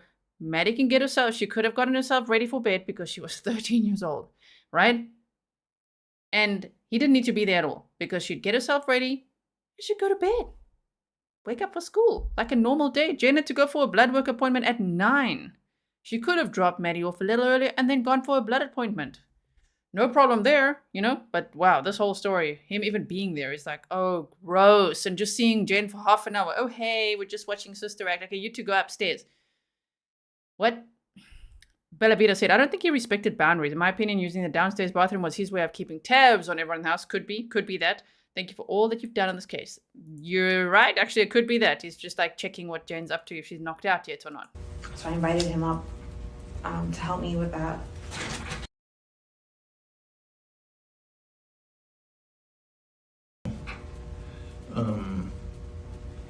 Did you work on Monday? No, I was off. You were off, okay. So Monday during the day, what'd you do throughout the day? I had a blood work appointment at 10:15, 10:30. That took a little while to be seen. Did Stephan go with you? No. Apologies. I think I've been saying her blood appointment was at 9, right? 10:15. It was at 10:15. But she was saying that she had to get up around 9. That's where I'm getting the 9 from. She had got up around 9.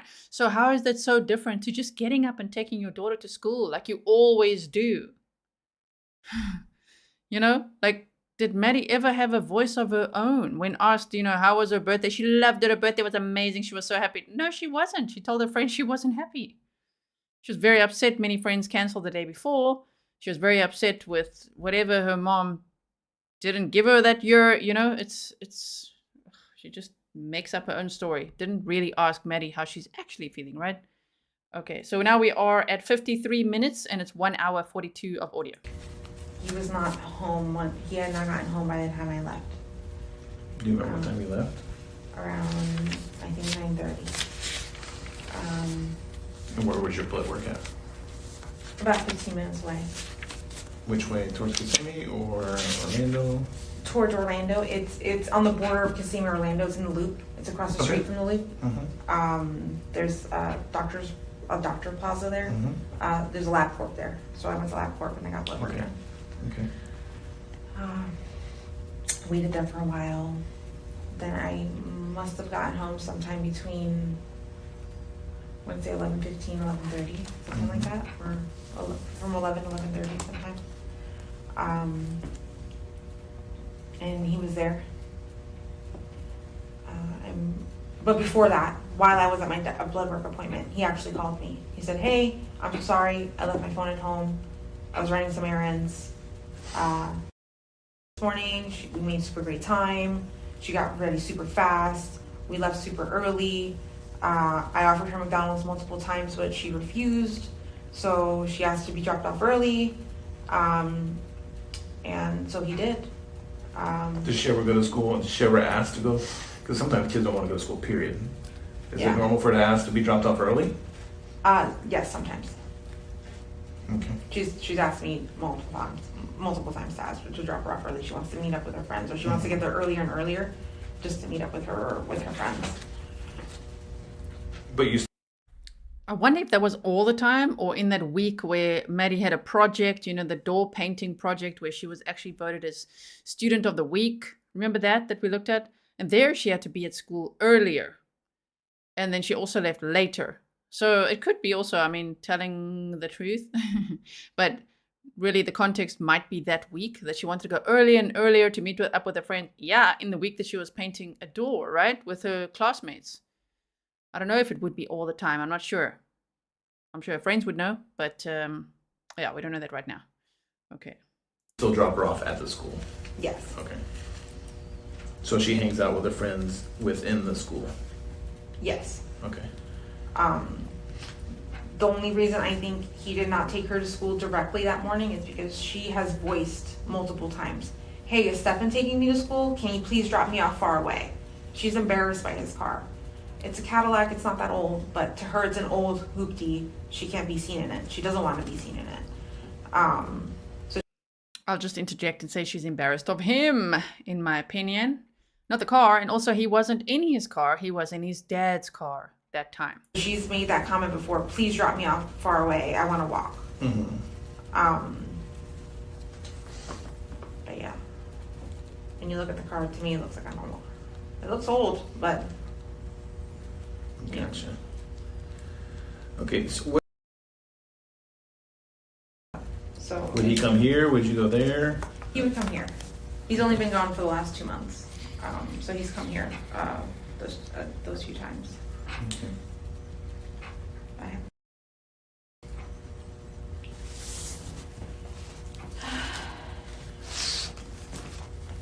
What exactly did he mention? I know he had told me he was like,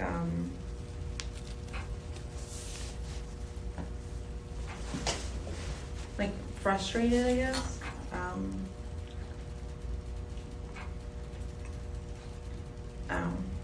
I'm gonna use the word frustrated. Okay. But I know he's had sexual relations with people. But I'm not bothered by that. That's whatever he needs to do. But yeah. Okay. Well, obviously there's a little bit of actually. Okay, what? There was a lot redacted there. It sounded like, I know that he's had sexual relations with other people. Yeah, but he must do what he needs to do. What? Oh dear. Yeah, Elise is also saying she was embarrassed of him, not the car. Honey said her nonchalant and failing to understand the severity of all this is ridiculous. It is. And infuriating. Yeah, I don't want to get to that yet. Who drives your car? Primarily me. Okay. On Monday night, he drove my car. Monday night when? After we went to bed, after the cops had been called and all that, he took my car and decided to drive around to see if he could keep searching for her, looking for her, seeing if there was anything that. What time was that? Do you remember? I don't know. I know he took my car and left because when I got into the front seat of the car had been adjusted. Mm-hmm. And he's like, remember I said I was going to go out? And I'm like, yeah, that's right. You did tell me that you were going to go out. I just don't remember. He never told me what time or anything. But he did mention earlier Monday, I'm going to drive around. See, he mentioned to her, I'm going to drive around. And she's like, oh yeah, that's right. You did tell me you're going to go out. And he took her car. But before she's like, oh, he didn't take my car to drop Maddie off at school because he's not on my insurance. But sure, go cruising around, kill time. My goodness. I can't just sit at home. I need to be looking for her. And I'm just like, okay, that's fine. You don't remember if that was in the evening or like sometime before midnight, after midnight? Oh, before midnight. Okay. I go to bed. Well, that's Monday night. Not sure what time I went to bed Monday night. I want to say before midnight because I had to take my meds and I had to go to sleep. They only work if I take them the right way, my meds. Mm-hmm. So I have to follow a strict routine with them. Yeah, I'm going to say it was before midnight. Okay, and then when you got into your car, when you didn't notice that the car was, or the seat was back? Yesterday,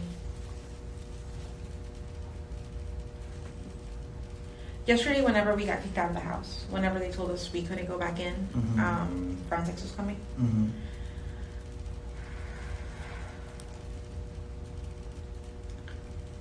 Yeah, I got into the car and I was like, oh, the seat's adjusted. I'm like, did you get in it? He's like, yeah, I took a drive last night, remember? And I'm like, oh yeah, you did. You told me that.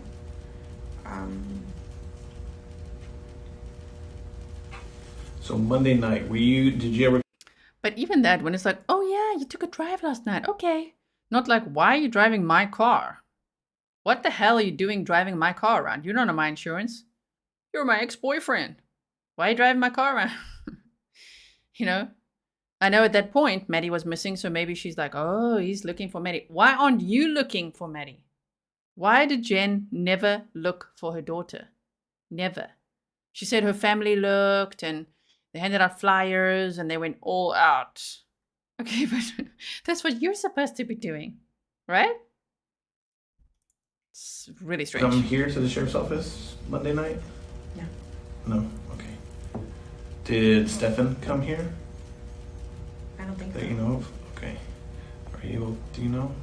Were they talked to here or? No, they were talked at place of business originally where they did the report. Mm-hmm. And then we have been in contact with her at her apartment. But that was after the initial report was made. That was last night. Yes. Yesterday, the other detective, Frank, responded around 10 o'clock in the morning and started looking at the school. I'm not sure when the initial contact was made with her. I want to say it was like around 11 or 12, right? At your apartment. And we've been in contact with her since then. Okay. All right. Now, I understand that a detective recently showed you some pictures of not so pleasant things. Okay. What was discussed at that point? They asked me if I recognized the penis. In one image I didn't. In the other image, not that I recognized the penis exactly, but I recognized the things around the penis. And Like what? Clothing or? clothing and like a pillowcase Okay. that was like underneath the penis in the picture. So I recognized that. What about the freaking freckle? Ugh. That's what they were trying to photograph when they had him naked. So, she's recognizing pillowcase, boxer shorts, things like that. Oh man! And how odd that some of Maddie's bedding was in her room. In some of those evidence photos. Dishalu's like such a dimwit. Thank you for being a member for 15 months, Dishalu. Thank you all for being here. Sure, there's a lot of people here. Thank you so much for being here as we study this case together. I love hearing your insight. There's so many smart people in this chat, and with varying opinions. It really is. It's the whole spectrum, which is so great. That's the point. We're studying it as a group, and we want to hear all the different perspectives. So thank you so much for being here and not fighting with each other about it if your opinions are completely opposite, right? It's just, at least we can all agree. We're all very upset for Maddie, right? We're team Maddie all the way. Some people also say that a lot of people, are focusing now so much on Jen. That what about Stephan? Like, where's the rage for him? Oh, it's there. Oh, snark tank full for Stephan. We could rage about him all day long. He's facing the death penalty. Like, okay. He's going to be in court again on October 14th. It's just this, like, niggling thing of like, Jen, like, how, what, no charges, no consequences, no anything. Here's a scary thought. What if she has a new relationship now and has more children? Have you thought of that? What if she has another daughter? It's all about risk assessment, right? Just like, oh no, don't do that. Don't ever do that. Ever. Don't ever send your daughter upstairs with your ex-boyfriend. How about that? Oh my goodness.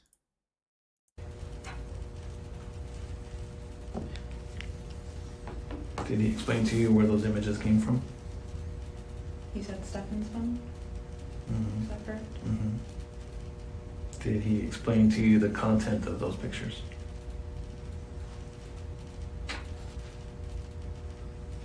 I'm not sure.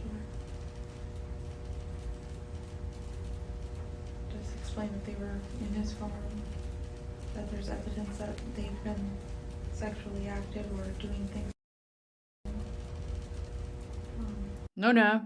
Let's rephrase. So they showed her pictures, and she says that they showed pictures and they were sexually active. They were not sexually active. Maddie was being sexually abused. The language is important. That's also what's upsetting. The words that Jen uses about her own daughter. When she talked in the police video interview that we watched of saying, I think he stashed the body here and I think he dumped the body there. That was like, wow, that's very disconnected from your own daughter, your only child, your daughter. But even there, just like, well, they showed pictures and they were sexually active. They were not sexually active. She was being sexually abused. R-A-P-E. I can't say that word. S-A-D. Okay? Your child just turned 13. And they already told her in this interview it goes back to 2022. In another interview, they said it goes back to 2020. And eventually it went back to when she was around 8 years old. Wow. Okay, sorry. Let's keep going. What's Stephan's relationship with? What's their relationship like? How I was gonna say really good. Super great. He's always been super sweet and kind to her. Very accepting, warming, understanding of her, because she's got ADHD, so she's kind of a little, I'll say abnormal. Mm-hmm. In the sense, like, she doesn't act like every other kid. But I'm getting mad again. Someone's gonna be like, just stop pausing it and play it. Go to the description box. There's an unlisted link for you. You can listen to the audio without my interruptions. How about that? It's in the description box for you, okay? You don't want the commentary? That's where you go. But most people want the commentary, right? You could see from a lot of people, there's more people watching the live streams and all of us interacting than, of course, just the raw videos that I put out there. You guys like the interaction. I love talking about this with you. It's very helpful as well because these topics are incredibly heavy. They can really get under your skin. They can affect your mental health. So make sure that you're okay. If it's too much for you, if it's too triggering or too much, remember, if you need to step away, please do so. We will always save you a seat, okay? So, okay, it's okay, we breathe and we carry on. Because what she's saying now is making me so angry. Just like she was abnormal. Could you maybe say something nice about your daughter who you've just learned has been sexually abused for years? And is probably deceased. And you're like, yeah, she was abnormal, but he was super nice to her. you have to have extra patience and understanding for her. And he does that really well.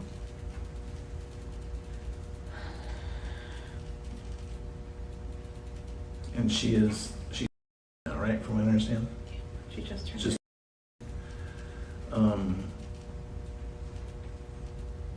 when she's around Stephan, does she act any different? No, she just gets, she's happy. She's like, hey, how are you? But she doesn't act any differently or weird around him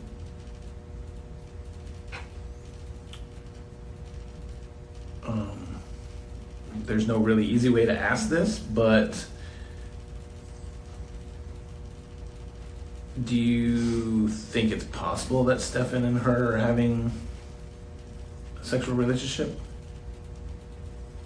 Before those images, I would have said absolutely not. Mm-hmm. But if you're telling me that on the other side of that penis that they showed me was her with her mouth, then there's nothing else I can believe. That has to be true. But before that evidence, I would have said no. Has Stephan always been, like, when you guys communicate and talk, or have you ever caught him in any kind of lies or not being truthful or anything like that? No. So he's been honest about everything, as far as you know? As far as I know, yeah. Mm-hmm. I've never had to question. If I've had questions, I've had answers. Mm-hmm. So it was never. I never suspected anything. No. How long is? Whatever I asked him, he had an answer for it. So it's okay, right? No. How about that she said she was hyper vigilant, super paranoid? Doesn't sound like it. If she had a question for Stephan, oh, okay, he has an answer. So if somebody has an answer for a question, they might be highly manipulative. They might be a narcissist. They might be a predator, an abuser, a criminal, a killer, a serial killer. Who knows? That spectrum is broad.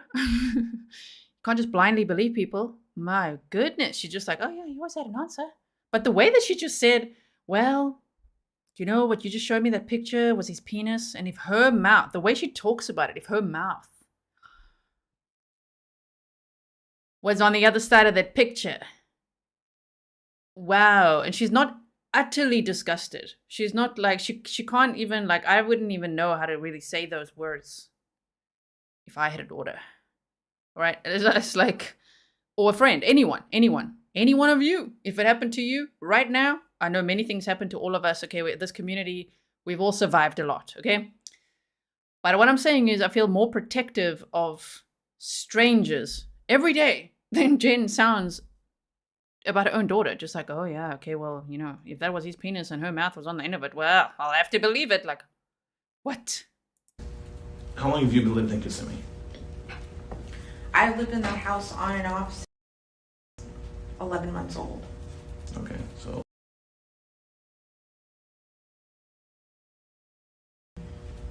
Where else did you live other than that? For a little while, I moved into my mother's house during COVID. Mm-hmm. Where did she live? In Hunters Creek. Okay. And then during COVID, it was another situation where he got promised the job down there and it didn't happen. We moved down there, got an apartment, and lived there for somewhere between 6 to 8 months. And then Moved down where? I'm sorry, to Port Charlotte, Florida, Okay. which is next to Sarasota County. Mhm. It's in Charlotte County. Mhm. We moved down to Port Charlotte during the whole COVID, where everyone was quarantining time. Mhm. We moved during that time and stayed in Port Charlotte. What about Stephan? How long has Stephan lived in Kissimmee?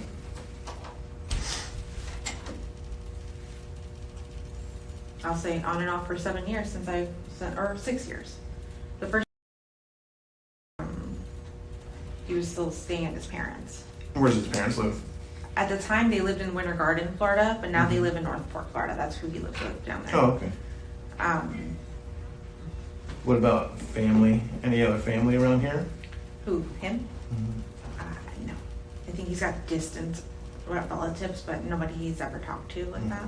What about friends, or you guys have friends? Are all your friends in Kissimmee? All of his friends are in Northport, Florida. He made a big group of gaming friends down there. He's got some coworkers he talks to here, but no one I've seen him hang out with lately. Okay. What about you? Are your friends in Kissimmee, or? Sorry. Do you mind stepping up for a second? Yep. Give me 1 second, okay? 1 second, Jennifer. I'm so sorry. Yeah, no worries.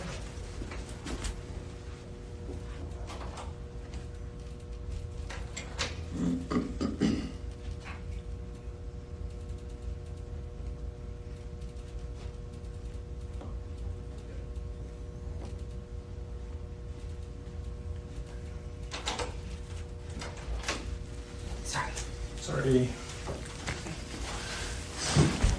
Oh shit! Sorry. I'm so sorry. I have a horrible potty mouth.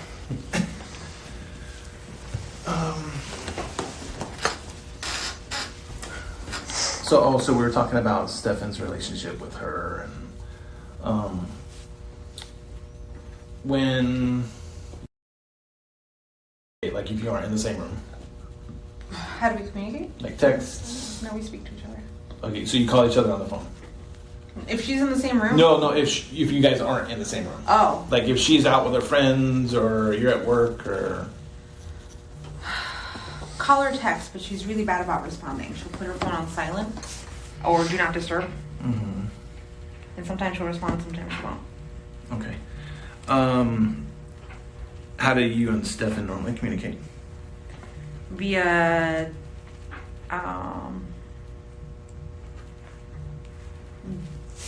Google Meet, which is the video, not FaceTime, but the video chat for Android. Okay. We'll video chat pretty much all day. Okay. Does Stephan ever talk on the phone? Yeah. How do they do that? How do they normally communicate? Video chat as well. Okay. But when she's on video chat, she's video chatting next to me, and we're all part of the conversation. They never go off on by themselves and have their own conversation. It's always all of us together. Okay. Do they talk quite a bit? Do you know? I'll say yes, because we're all in the conversation together, and we stay on the phone for hours together. Mm-hmm. So yeah. But that's all of us together. Got it. Normal times of the day. I know kids sometimes are up late at night talking on the phone or anything like that. If Stephan's in Northport at home or with his parents, and you guys are here, and you guys are all talking, is it when normal people talk, or in the early in the morning, or After school and before bedtime. okay? Do you know if has conversations with Stephan outside of your presence? Like, do they talk on the phone? It's possible, but if I'm at home, I would know. Gotcha. Because Okay. she's always in my bedroom. She's hanging out in my bedroom or in her space, but Mhm. I can hear her in her bedroom, or I can hear her from my bedroom, so I would know.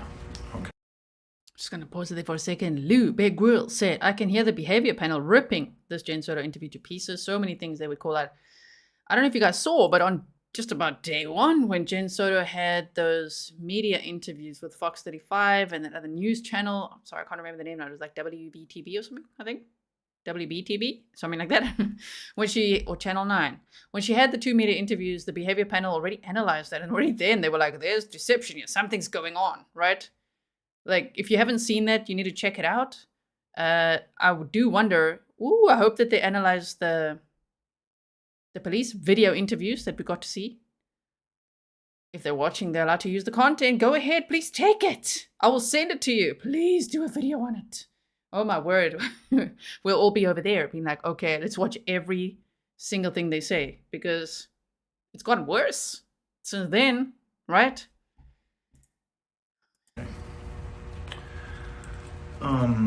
Now this is kind of going to get into a sensitive subject, which I apologize. But there were images on his phone of them two being involved in a relationship. Now,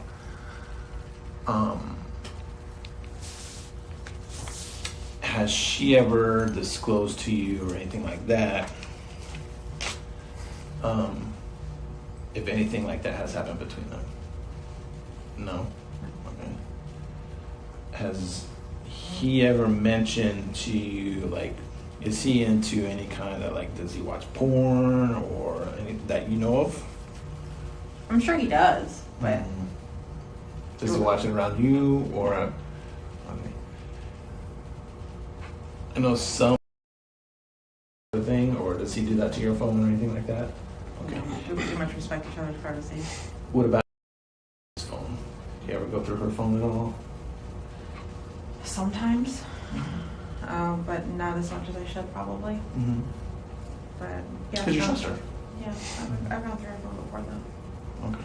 Anything abnormal that you would see in her phone? That I thought, no. Not that you thought, or No, I'm saying you've like never... I've never seen anything. Gotcha. No, but I'm Got it, saying okay. if you guys saw something, then I missed it. No. I'm not saying that we have. Okay. No. Stephan's phone is a different story.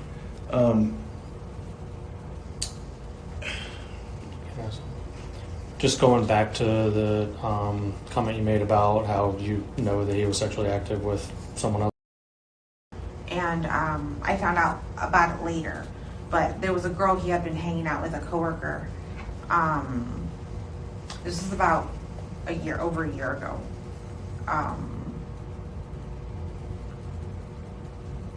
He started hanging out with a coworker, and I had suspicions that they were sleeping together, but I would ask, and he wouldn't confirm or say anything like that. But he didn't confirm until a few months later that, yeah, they in fact did sleep together. And I was just like, well, okay, good to know. I was just checking to see if I had slept with him after that. And like, you know what I mean? Like, I didn't want to have sex with him after he's had sex with somebody else. So when he told me that, I was just checking with myself to see if that had happened, and it hadn't. So. And this got. How about now? Jane, are you checking now? Because he was sexually abusing your daughter. Has she processed that? Because she's like, whoa, he slept with a coworker. And I was like, I don't want to sleep with him after that. He's been with someone else. Yeah, he's cheating a lot. He cheated, but yet you still invited him over. After you broke up with him for many months, you asked him to move upstairs, and then you asked him to move the hell out. But then you call him, can you come over? For what? Because I have 2 days off and I need some rest. It doesn't make sense. To me, my gut feel feels more like, oh, he's asking to come over again. Sure, fine, come over, spend time with Maddie. I don't care. That's more what it feels like. To say, can you come over and help me with the dog and Maddie? That doesn't compute for me, because that doesn't seem realistic. She didn't need his help with that. She's already now talking about, whoa, he slept with someone else. I'm not going to sleep with him again. So then why is he in your house? And why are you sending him upstairs with Maddie? Because what he asks for, he gets. Maybe he would say, look, I know we've broken up, but can I just come over and spend some time with Maddie? It was her birthday. I have some gifts for her. I just want to spend some time with her. You know how close we are. I can see that situation happening. Her being like, oh, okay, that's fine. Just stay out of my room. That's upsetting. That's like, oh, even worse actually, because this whole thing of he came to help with the dog. He can't even get the leash on the dog according to what you're saying. Even though his parents breed poodles, what does he need to help you with the dog for? And she said in that order with the dog and Maddie. Yeah, you know he's not there to help you with the dog and Maddie. He's there to spend time with Maddie. And it probably, I'm speculating now, speculation warning, it probably went wrong. His motive could possibly be this thing about crushes. Maddie's crushes, his jealousy. We saw in the police video interview, finally we could see some body language. Like, how did you feel about the crushes? He's like, fine. You know, she was too young to date. Oh, too young to date, but not too young to SA, hey? Wow, too young to date. Meanwhile, look what he was doing. So, Emin Mom says, you are so spot on, Grizzly True Crime. It's maddening. I think that he begged to come over that night. Please, can I come over? It was her birthday. I've got some gifts for her. I just want to spend time with her. We'll be upstairs. And she's like, oh, okay, as long as I get a good night's sleep. Up on a conversation of you asking him if he was sexually active with someone, something on his phone, or was he texting off to the side? No, it was a conversation that we had, and he just told me. Was it a cordial conversation, or were you guys angry, or? No. Oh. Sorry, when was the last time you guys were sexually active? Listen.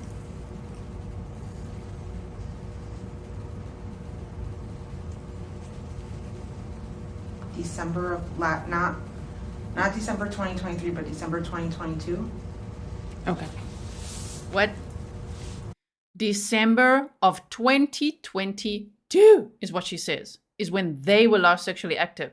Then why is he in your bed? Why is he upstairs with your daughter? Do tell, Jen. I don't understand.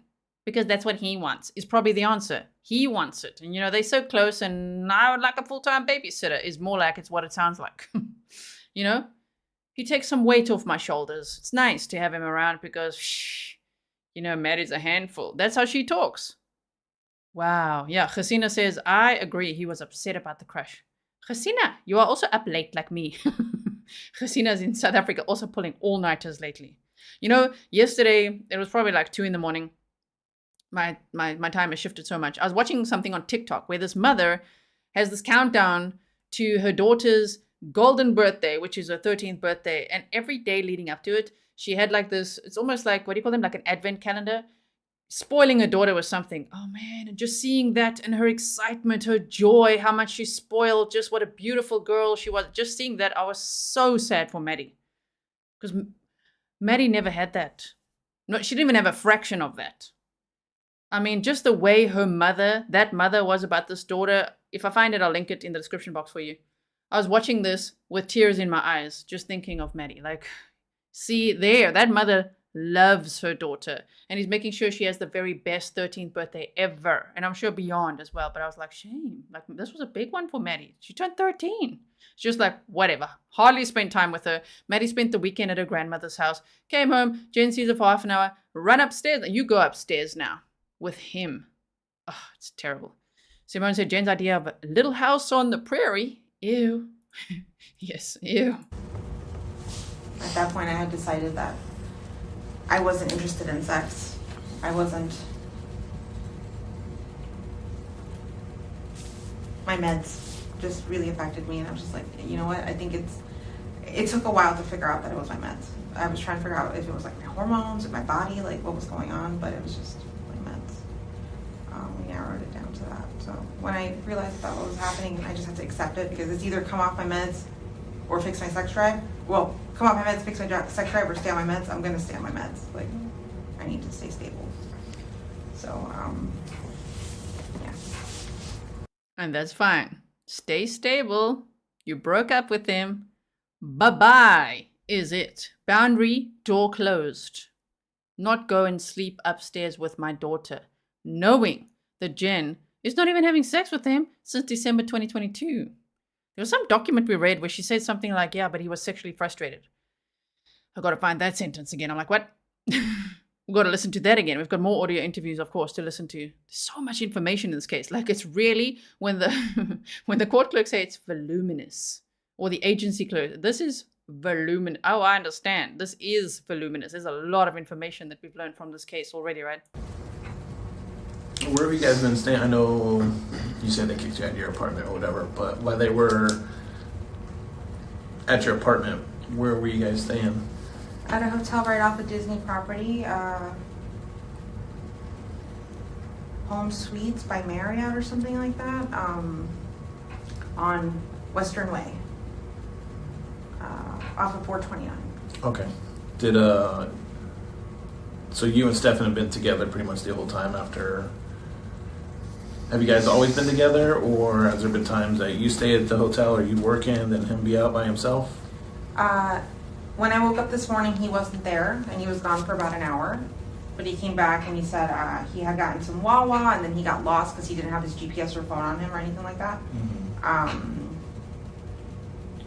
So took him a while to get back to the hotel, but he found us eventually. I wondered that. I was just like, he left the hotel and didn't have a phone on him, didn't tell me where he went.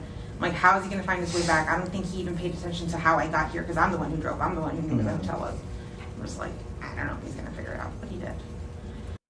Oh my word. And why did she have 2 pregnancy tests in the bathroom? If she wasn't sexually active with him since December of 2022, what's that all about? Why was she tracking her daughter's period?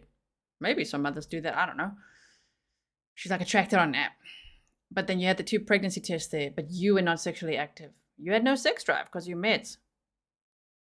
Okay. What? Wow. Okay. Thank you so much. Annie says, love your commentary. You always break things down in detail. Oh, thank you. But he was gone for about, I want to say, an hour. Okay. I don't think everything else right now. I feel like I'm. Can I see that image of? Because I feel like unless I'm not going to believe it until I have confirmation, and I'm always going to have doubts unless I actually see it myself. And I don't want to leave here today and never have the opportunity again. Like I want to. No, I don't mind showing you, but they are difficult things to see. You understand? Yeah. Okay. Just the one image. I'm not sure which picture they showed you earlier. I don't think we might have the same pictures. We do have different pictures, but I don't know if I have the same one that the other detective showed you. Okay. Does that make sense? Do you still want to look? Yes. Am I gonna clearly see her face? Yes. And prior to this, have you known her to be sexually active with any boyfriends or friends? Nobody.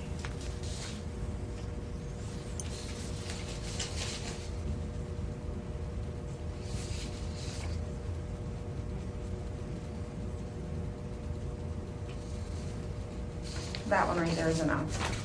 You saw it through the picture? I could, but you can turn it around if you want.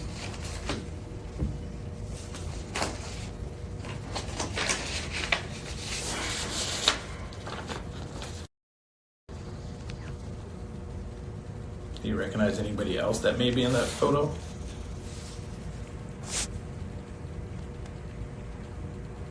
I know basically it's only genitalia, but is there anything else in that photo that stands out to you? No.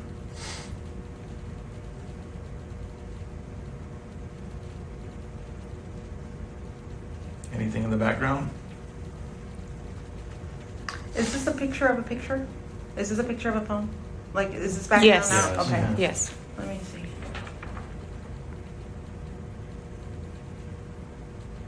Nothing I recognize in the background now. There's not much space.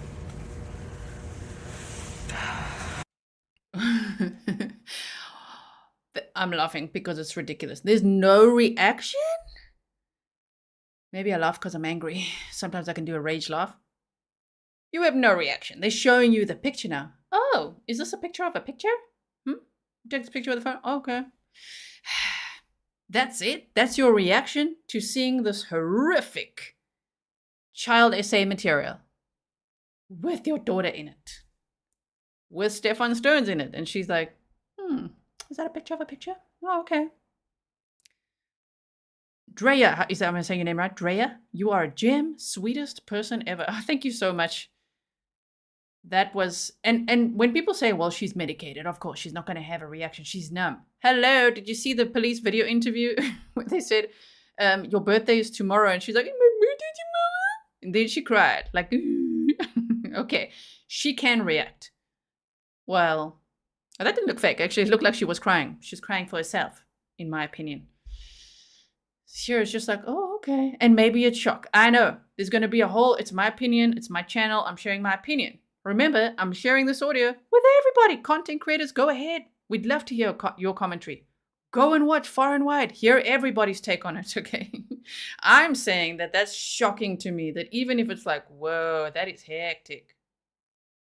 Like, if you look at this picture, you're like, to just be like, oh, is that a picture of a picture? Okay. That was, I don't even know. I feel nauseous now. Oh, my goodness. Okay. Okay.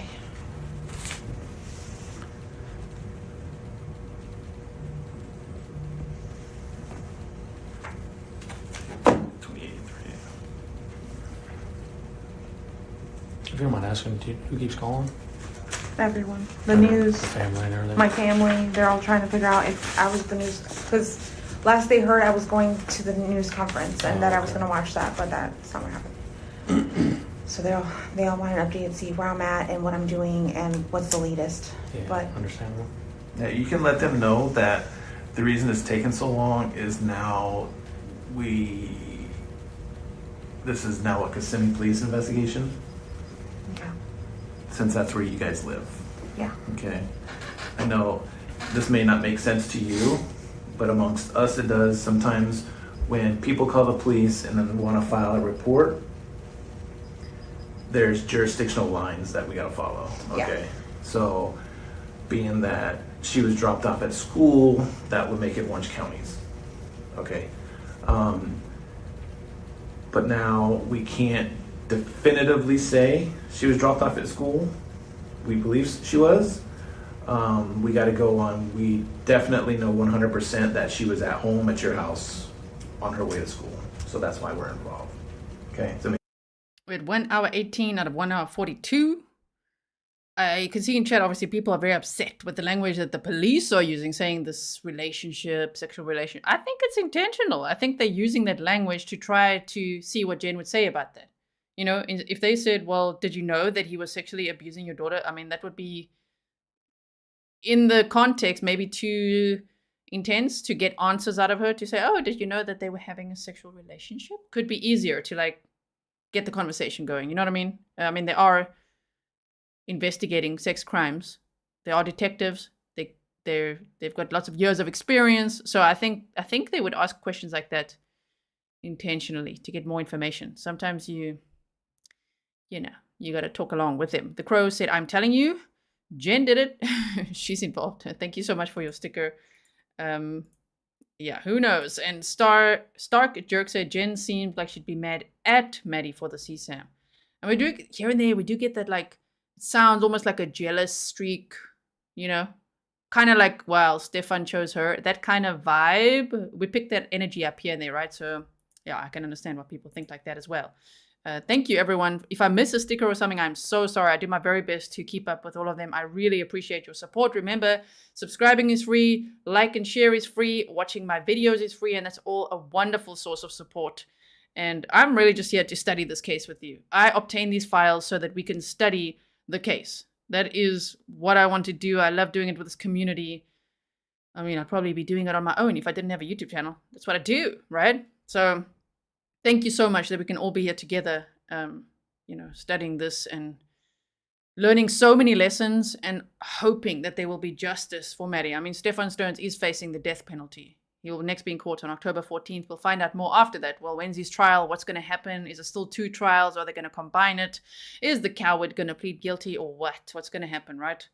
Brandy said she's still blaming Maddie. My goodness. Makes sense to you now? Okay. I can't think of anything else right now for her. Anything else that we may miss that? I know that you said that Stephan was out, right, looking for her that night. Do you remember what time he came back? Like when you woke up, was Stephan home? Yes. What time did you wake up? Can I look at my phone and tell you? Yeah, of course. Exactly? Because it was phone calls that woke me up. Let me see if I can find it. We're talking about Tuesday morning, right? Yes, ma'am.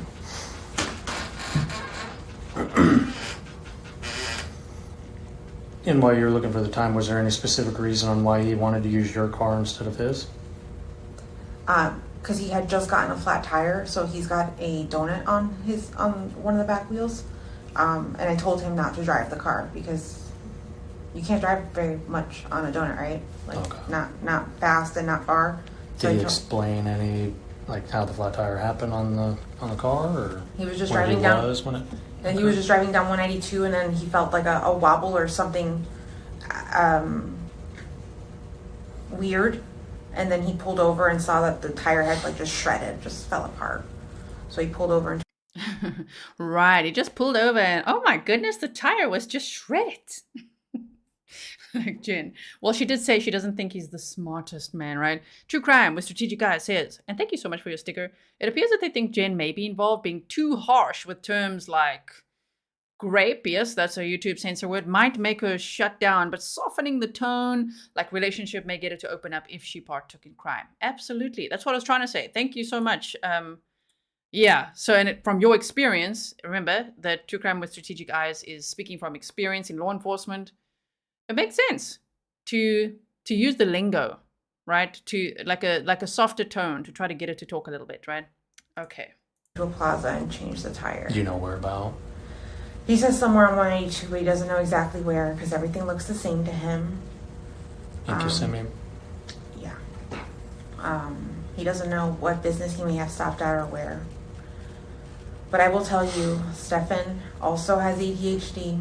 He's also very forgetful. It's like they're both the same. They both have ADHD. They're both very forgetful. They both have time blindness, which means they lose track of time. They if they don't have a watch on them at all times, they've lost track of time. They don't know how long they've been taking. An hour or more long shower, not realizing she's been in the shower for very long.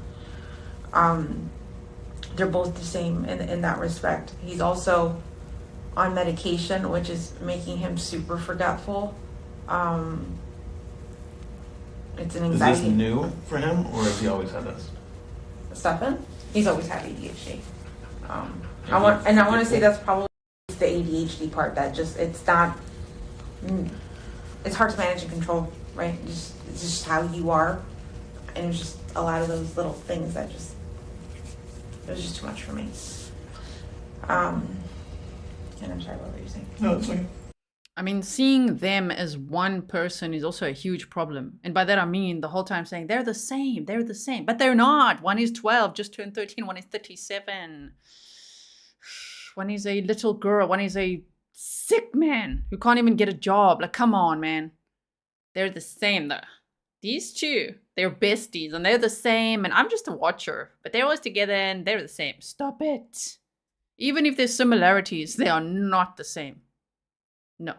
Okay, so Marie said, gee, I don't believe she knew nothing. Why bring up the Woody Allen issue? Yeah, she introduced that. Not in this interview. We're going to listen to that full interview still coming up. Make sure you subscribe with all your notifications on so you don't miss out on upcoming live streams, right? We've still got quite a few things to work through. Kathy said, sorry I'm late. Thank you for continuing to cover this. I appreciate your coverage so much. Thank you so much. I mean, this is a huge case. Of course, it's a high-profile case. Nobody knew it would be. But I think this case is so important to study because there's so many lessons in it, and it raises so much awareness about how predators operate, groomers, just how very vigilantly one must protect one's children. You know, like just there's so many layers of lessons in this, and just how to not be a mother. That's pretty obvious, right? Okay. Yeah, so right now, But he doesn't remember where he got this flat tire. And he changed it himself, he said? Yes. Okay. And he said he hurt himself while doing it. I think his thumb got caught in between the thing that cranks the car up Okay. and like the frame. Mhm. Something twisted. Did it, or did Maddie bite him? Because he strangled her. And he had other scratches on his hands, which he also just explained away as courtesy of what? He said courtesy of a janky tire iron. Courtesy of him being an alleged killer, though. It fell on his finger, and he said he yanked out his finger really fast Okay. and hurt himself. Alright, so he used your car because of the flat tire. Okay. And then, did you find the time? Oh, sorry.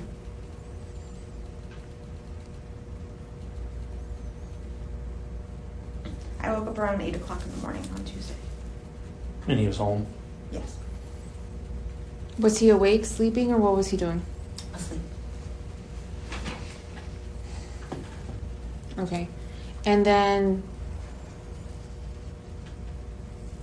do you know if at any point during any of this, like if he's showered, he's changed?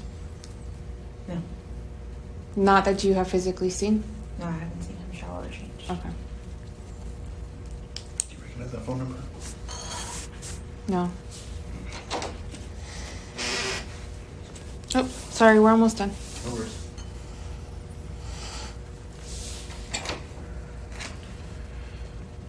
I think he showered. I'm not sure if he showered. I don't think he showered Sunday night. I think it must have been Monday morning sometime. Monday morning? Yeah, because there is a towel in my bathroom that's not ours, not that's hanging there. And I think I recall him telling me he was going to take a shower, but I just don't remember when exactly. Okay. Does anybody? Why is there a towel in the house that's not theirs? If he used to live there and he's comfortable being there, why is he packing a towel? And then showering and hanging it up downstairs. It just sounds weird. You know, I found so actually somebody else found, because it's on Reddit, okay? There's a link to Jen Soto's online diary from 2010. Oh, she's very vocal there. She gets pissed off at a lot of things. She said she had guests over and I'm just going to say the words. She said there was jizz on the towel and she was very pissed off about that. And she's explains a lot about the relationship with her mother as well, which doesn't sound great. We'll go over that at some point because I find it quite interesting. Well, will we go over it? Maybe. It does look, it's her birthday, it's where she stayed before, so it seems very legit. But like, she's able to swear and get pissed off and express herself and everything. And that was 2010. Maddie was born in 2011, right? I'm just saying, like, her lack of emotion now is also not like her whole lifetime. She sounds like she will flip someone off if she needs to. I don't know what the towel was doing there. Sorry, that just reminded me of the towel. Yeah. Thank you so much. Tina says, gee, I appreciate you. You're the goat of true crime. Thank you so much. Else use this bathroom? Just Stephan.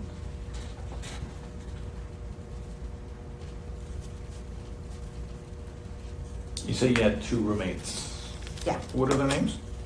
Angelica. Do you want the last name as well? Please. And who's the other one? Natalie. How long have you guys been roommates with each other? With Angelica, almost 3 years. With Natalie, almost 2. So I'm not sure if you guys went to the house at all. You were there, but not inside. Okay, so these bedrooms are numbered. So do you know which room is Angelica's? Angelica's room is number 3. Number 3. And Natalie's room is number 2. Okay. Like if you actually physically are there, each door has a number. Okay. Gotcha. Yeah. And do you guys rent to a separate landlord? Like, does someone own that specific unit? Okay. And then he rents out rooms, it looks like? Yeah. Okay. How did you meet them? Who are they in relation to you? Natalie Rosero, I've known her since my sister was in middle school. They're middle school best friends. So we've known her, I'd say more than half her life now, 20 plus years. Angelica, I met her on Facebook Marketplace almost 3 years ago when she rented. Looking for a place to Yeah, live looking in. for a place, yeah. How old is Angelica?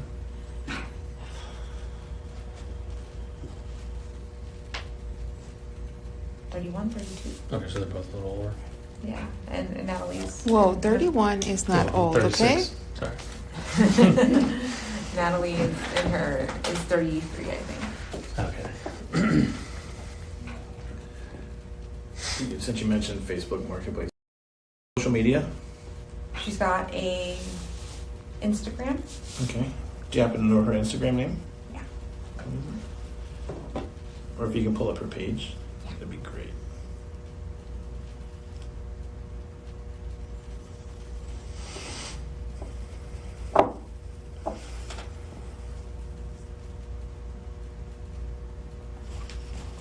Do you mind if I take a picture of it? Yeah, go ahead.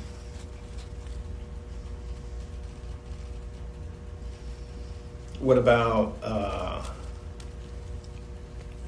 Stephan? Does he have social media?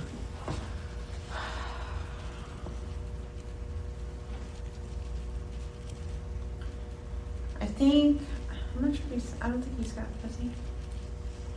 Yes, so he's got Facebook, he's got an Instagram, and he's got a Reddit.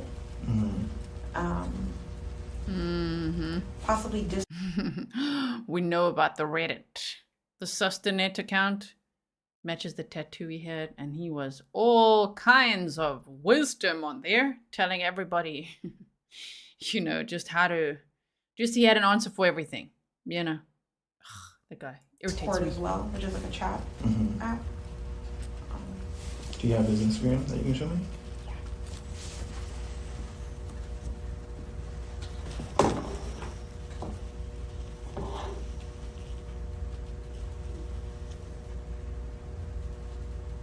And what about his Facebook?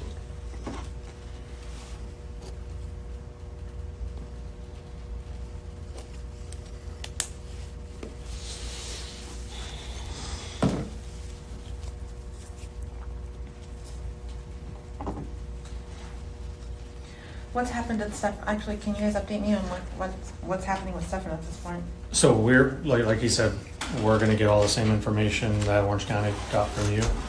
So that right now we're kind of starting at the bottom and working our way up. We're gonna go talk to him now. Yep. Oh, after? Yeah. Oh, okay. So just so we know a little bit more about it, I know you mentioned something about gaming, or is that like one of his things to do? Gaming? What is he into? He's into. Like, what does he do on a daily basis? Obviously, he lives in North Florida. What's he into? We're going to hear her describe exactly what he's into, what he likes to do, his hobbies. Isn't that so crazy after being shown the picture she was just shown? When she's like, what's happening with Stephan right now? I mean, one would hope she's like, are you arresting him right now? Like, is he arrested for what he did to my daughter? Already for that? How much prison time is he going to get for that? No, there's none of that. She's like, what's he doing right now? What are you guys doing with him? Okay, let me tell you all about him and all his hobbies and what he was like and just the sweetest guy. What? So, one thing. Another thing Stephan's got, mental health-wise, is insomnia. He doesn't sleep well. And he's got also sleep apnea. So when he sleeps, he stops breathing and doesn't get good rest. His brain is always telling him to wake up and breathe. So he's always constantly being woken up. He doesn't get good sleep. Because of this, he spends the majority of his day sleeping. Just trying to get some rest, but it's a stupid cycle with sleep apnea. He'll spend the majority of his day sleeping. When he does wake up, he'll play a game called World of Warcraft, which is a video game. Or he'll meet up with his friends and play tabletop gamings, like battle, like they battle each other with little toys. Cards or Not toys, they're little miniature figures. Okay. It's called Warhammer 40K. It's just a tabletop tournament game. Like you're a weird race, you're a weird race of creature, and we're going to war with each other. Okay. So they're just trying to kill each other. Battle each other or yeah. something. Okay. That's pretty much what he's into. Also, he collects Tamagotchis and Digimons. I don't know if you guys remember Tamagotchis from back in the day. Little creatures we used You to gotta take keep care of. alive. Yeah. He has a bunch of those. I want to say that's right now. Those are his current hobbies. And since you've known him for his triggers, like, are there certain things that he gets upset about easily if you do or say, or, I mean,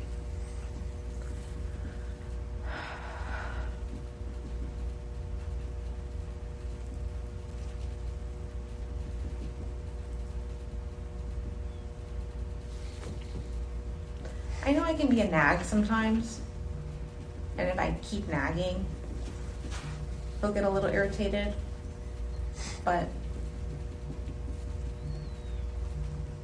I can't say I know what to, I don't think he's got triggers. have you ever experienced him outlash, like, to the extreme on anybody? You, any of his family? Or does he ever hit you or just no. at all? Oh no, never. I'm just going to pause there. By Heidi says, when this case goes to trial, will you be going to Florida? No. That will be the best, as you have the best coverage. I will have the best coverage from here. Okay?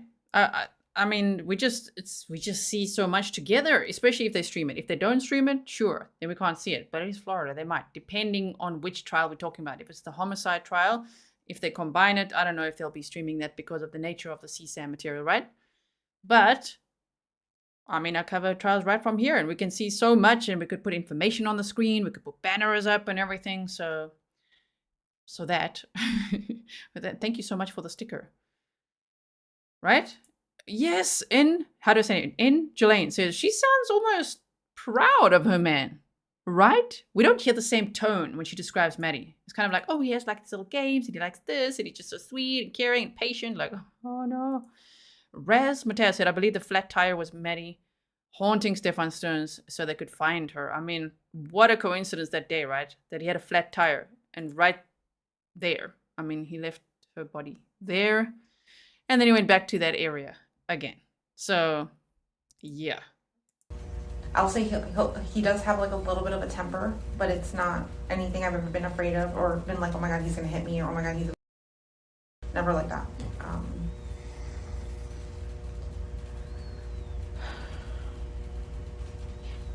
Have you guys had any disagreements recently? No.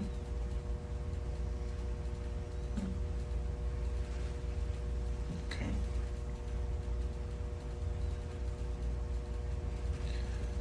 All right. I think we're gonna go talk to Stephan a little bit to see if he can maybe give a little bit more insight of what happened that day after he dropped her off. Is he being placed under arrest because of those pictures? Yeah, we haven't made that determination yet, but Finally, there's a question. Whether she says, okay. What? Is he being placed under arrest because of those pictures? Well, we haven't made that determination yet. Okay. Why not like, oh, like you should arrest him? Like, absolutely. Like, let me know when you do. Press charges since she's a juvenile. No fucking idea. I didn't think it was in my power. I thought you guys just automatically did it. What do you think should happen to him for these pictures? It's crazy. Like, I saw the pictures, but I'm still in denial because, like, there's a penis there, but is he visual? Does he show up in any of the pictures? Is there? I mean, I don't know who's. I haven't seen all of the pictures, so I can't answer that truthfully. Because I can't. Whether it's his penis or not, are you comfortable with him having content of someone else's penis on his phone? That makes sense. Absolutely not. No. Yeah. All right. You never talked about her being sexually active with anybody. I never even. Me assuming she had never been sexually active, I hadn't brought it up. Has she ever had boyfriends in the past, or? No, she's not allowed to date. Okay. How does that make her feel? I know some teenagers want to have a boyfriend. And Yeah, I think she was okay with it. She never complained and said, "You want to date this person, whatever." For a little while, she's like, "Someone, can they be my girlfriend or can they be my boyfriend?" And I'm just, I don't know if it was a boy or girl. And I said, "I think you're a little too young for that. Let's just wait till you're older. Wait till you're older."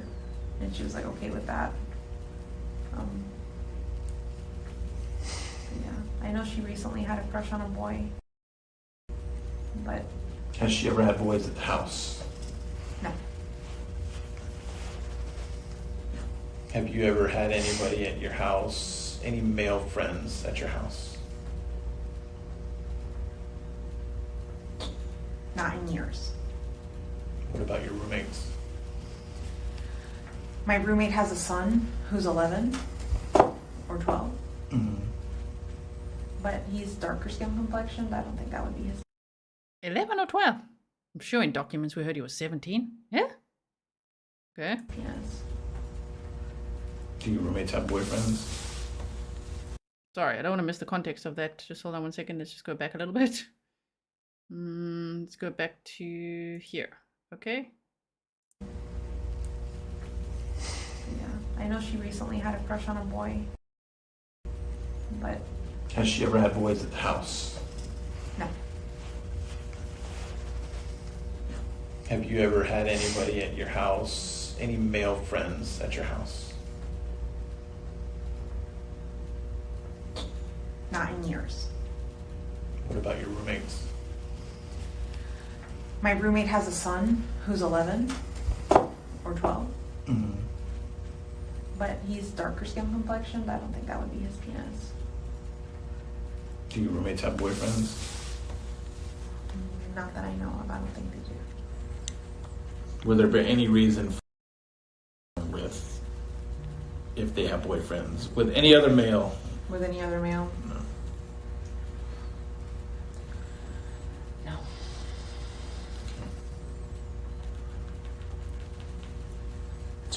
Damn, the thing is that Maddie was not allowed to date, and we saw Stephan say the same thing in his police video interview. I wonder if they ever discussed, like, they should ask Jen, so what would have been an appropriate dating age? Because according to what we know now about Stephan Sterns, probably nothing, never, ever. No one. Right? That would be interesting to hear what his answer would have been to that. Maurice, yes, that's kind of what I was talking about earlier as well with that TikTok that I saw. It wasn't I don't know how to say that, quinceanera? Am I saying it right? But it's so sad to see, you know, there's so many girls out there turning 13, having the best birthday, and just Maddie just never had that. She didn't have that love and attention like her whole life. I mean, it just all sounds horrifying. Okay, we're almost there. We're at 1 hour 33, and the audio is 1 hour 42. What do you think should happen to Stephan?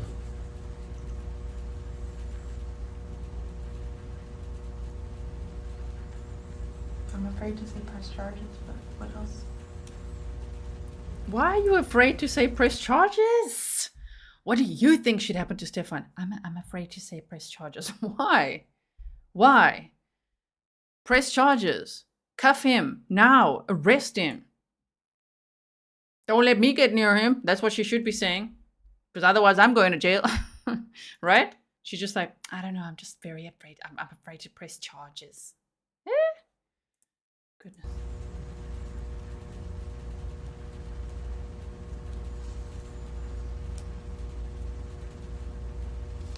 There's a side of me that wants to say he's innocent, that this isn't happened, but who else's penis could that be? She's not left alone with anyone else. And why would they be on his phone? Yeah, why would they be on his phone exactly? Good question, detective. She's like, I don't know who else's penis that could be. But why would they be on his phone? Oh yeah, why would they be on his phone? She's still trying to figure out that it has to be anybody else, right? It can't be Stephan. Anonymous, so great to see you. You said JS's priorities. 1, her RX meds. 2, Stephan's scum. 3, the dog and avoiding laundry. 4, Madeline. Shame! Demanding justice for Madeline. Yes. Judith, thank you so much.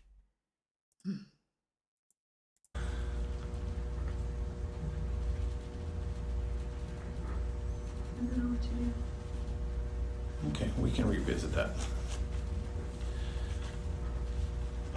Because after we're done talking to him, I'll probably come back and talk to you for a little bit, just give you an update and stuff like that, okay? Can I make one decision now and change my mind later?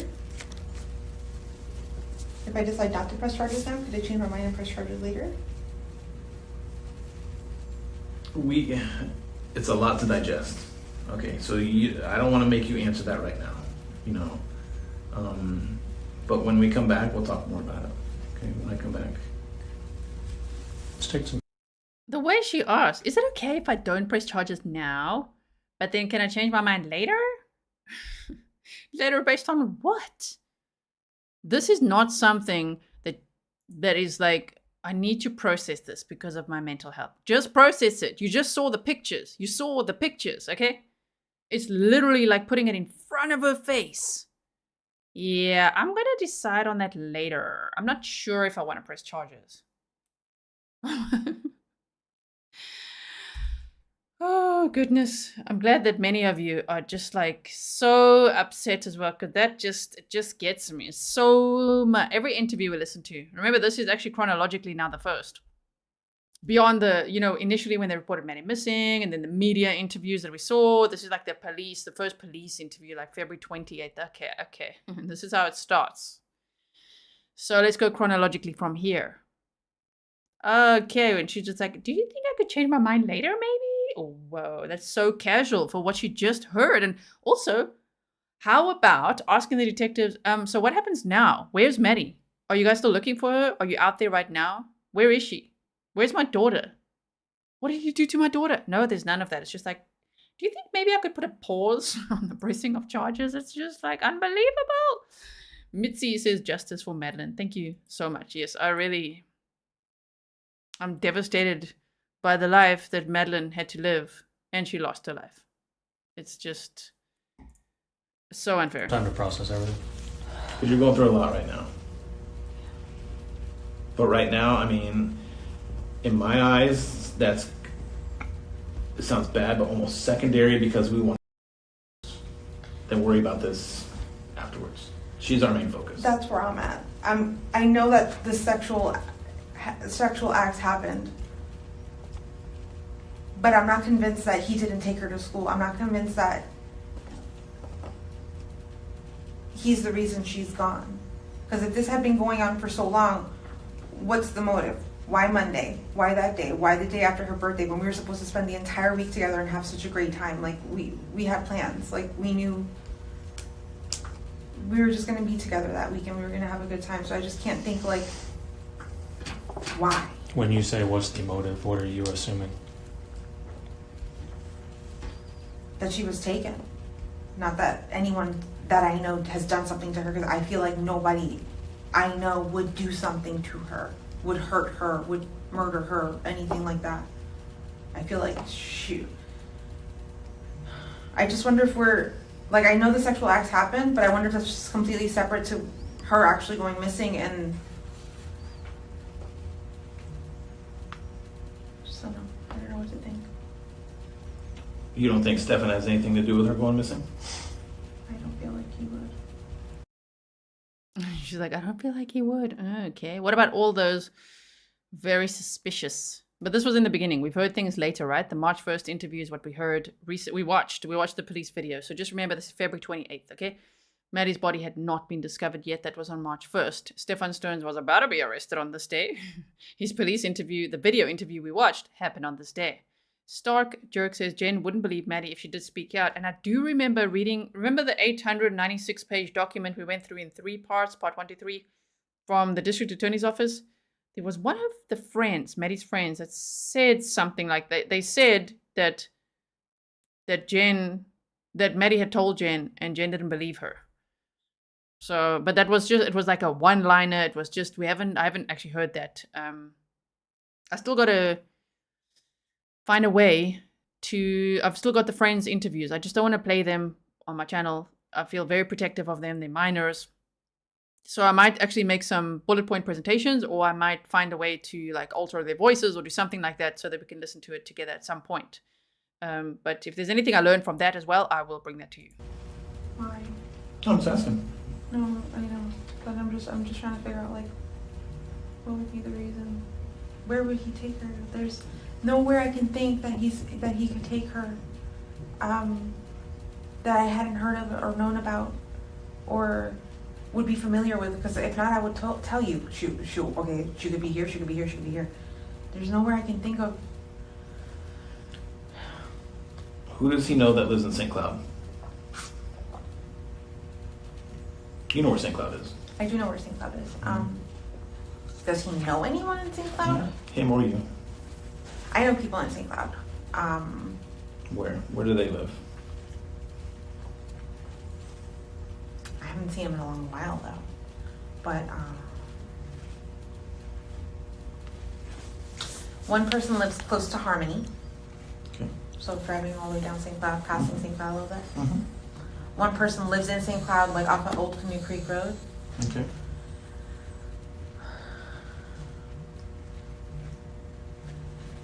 Anyone he knows, I can't think of anyone that he would know.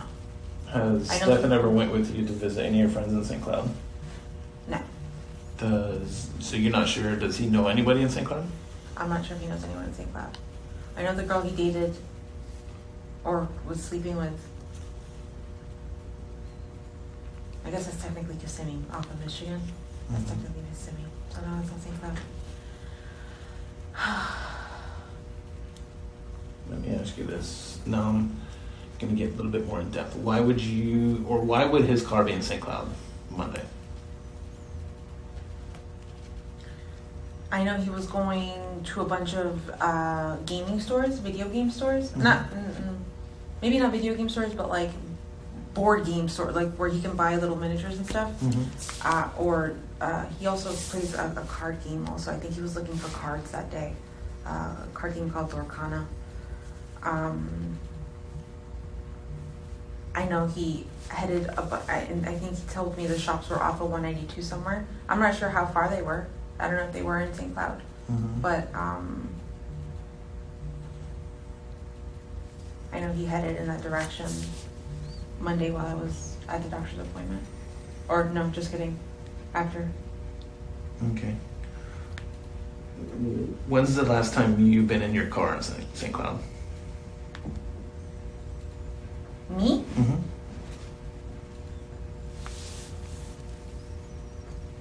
I'll tell you right now.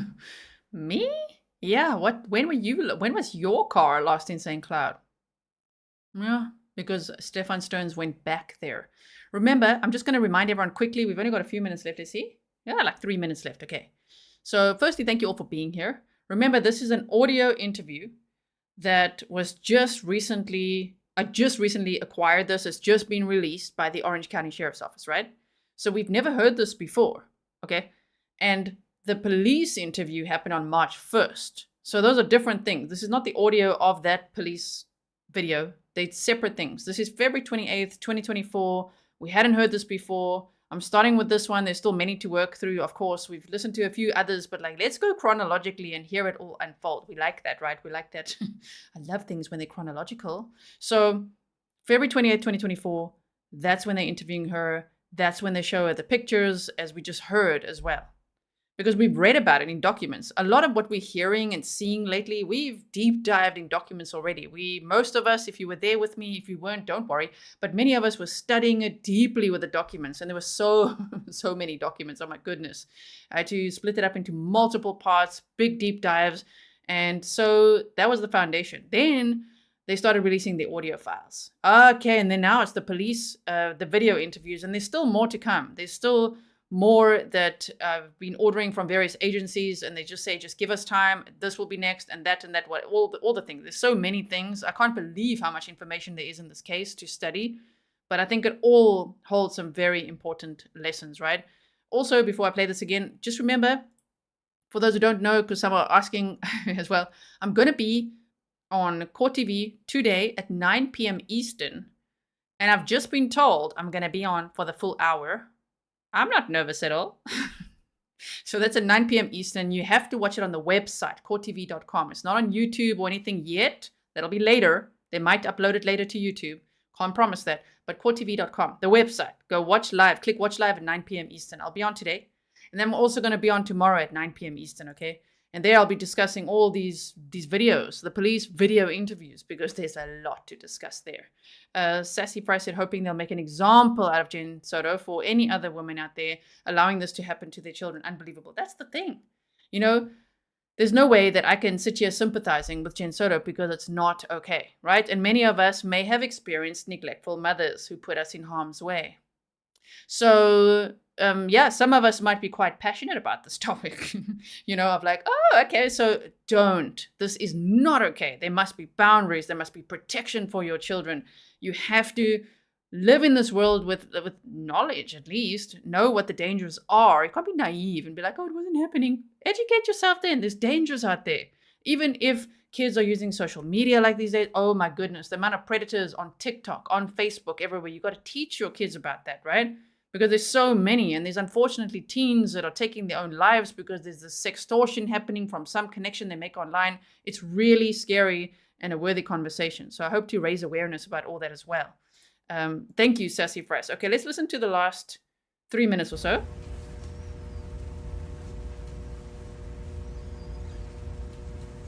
While you look for that, did anybody else drive your car while you guys were looking other than Stephan? No. The last time I was in St. Cloud was February 7th. I had a doctor's appointment over there. Okay.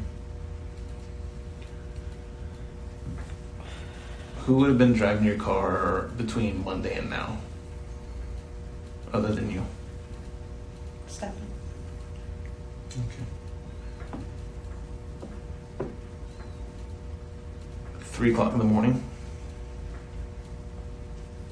If he says he was out driving around, trying to think of places to look for her.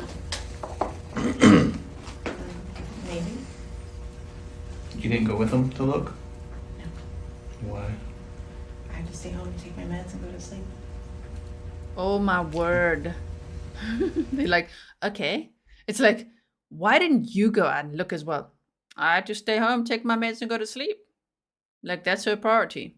Stay home, take meds, go to sleep. Like, maybe consider inconveniencing yourself just a little bit. Just getting a little out of your comfort zone. We understand mental health problems and like medication. I get it. But like, your daughter's missing. Stephan's out there looking, using Jen's car. She's like, no, I had to take my meds and go to sleep. Why? For another day off? She was off on Monday and Tuesday. Don't forget that. Wit, by God, said good luck on on Court TV. Thank you so much. All right. So just to be clear, your roommates or nobody else has access to your car other than him?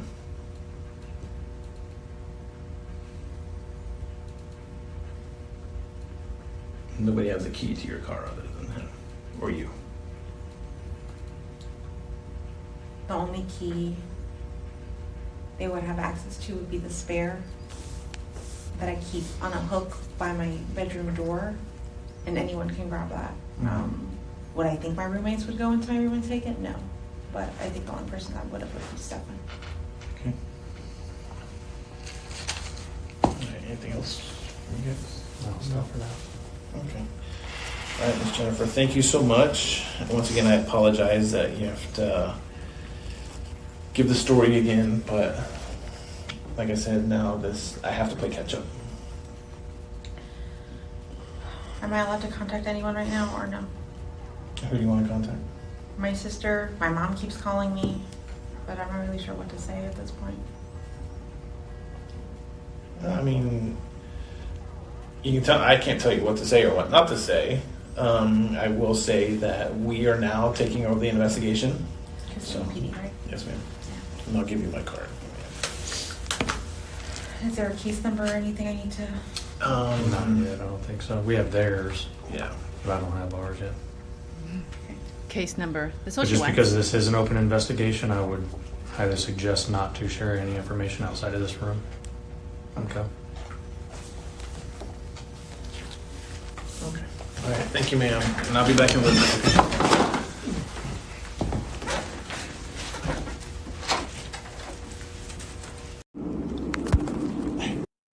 that's it, everyone. That's the February 28th interview.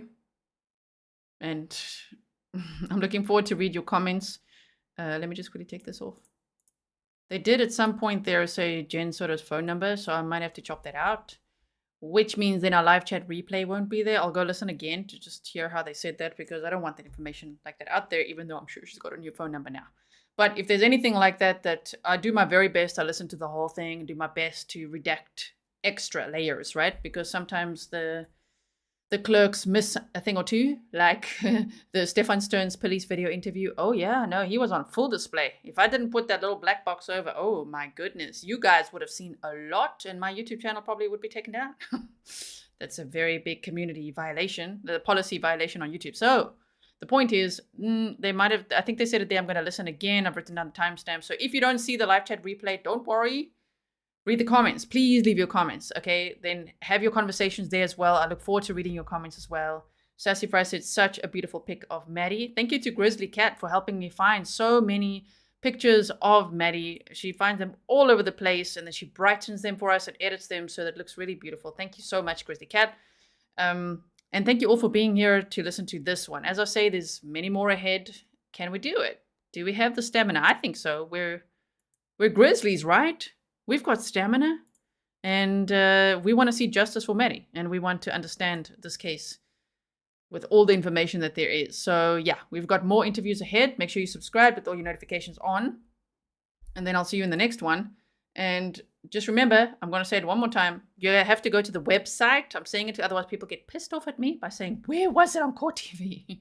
On the website, on a browser, courttv.com, or the app maybe, and you have to click watch live and able to be able to see me at 9 p.m. Eastern, okay, on Vinny's show.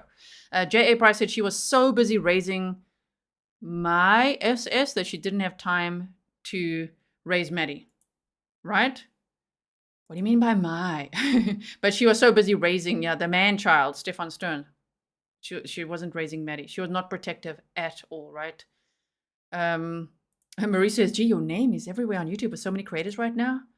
Yeah, some are drama baiting. I don't engage in that. Some are very nice. So thank you so much to everyone who tags. I love going over there. The reason I ask people to tag me is just so that I can go over there, like, share, leave a comment. Thank you so much, everyone.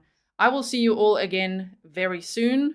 And so, yeah, the Court TV, Kathleen's reminding everyone, it won't be on YouTube yet. Sorry, I missed it. It flew past. It won't be on YouTube yet, but later, normally they will publish it to YouTube. So on the website for now, for today, 9 p.m. Eastern. Again, tomorrow, 9 p.m. Eastern. If you are on Patreon, normally I would screen record a bit of it and then I'll post it over there. So let me just check if I missed something. Also, I did want to say that sometimes you have to turn on a VPN, a virtual private network, if you're not from America, in able to be able to watch the live feed on Court TV's website. That's unfortunate, but hopefully you can get a VPN. It's pretty easy to download, and hopefully it works for you.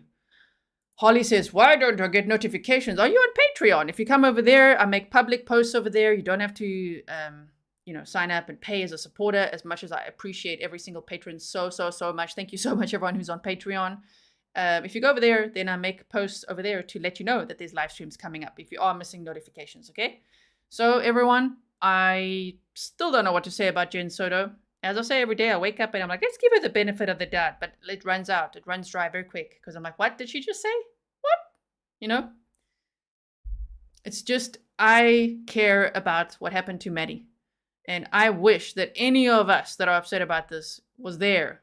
I wish we were there to protect her, to see the red flags, to know. Because not everybody's educated on the topic, right? So Sassy Fry said, when is the first trial? It hasn't been decided yet.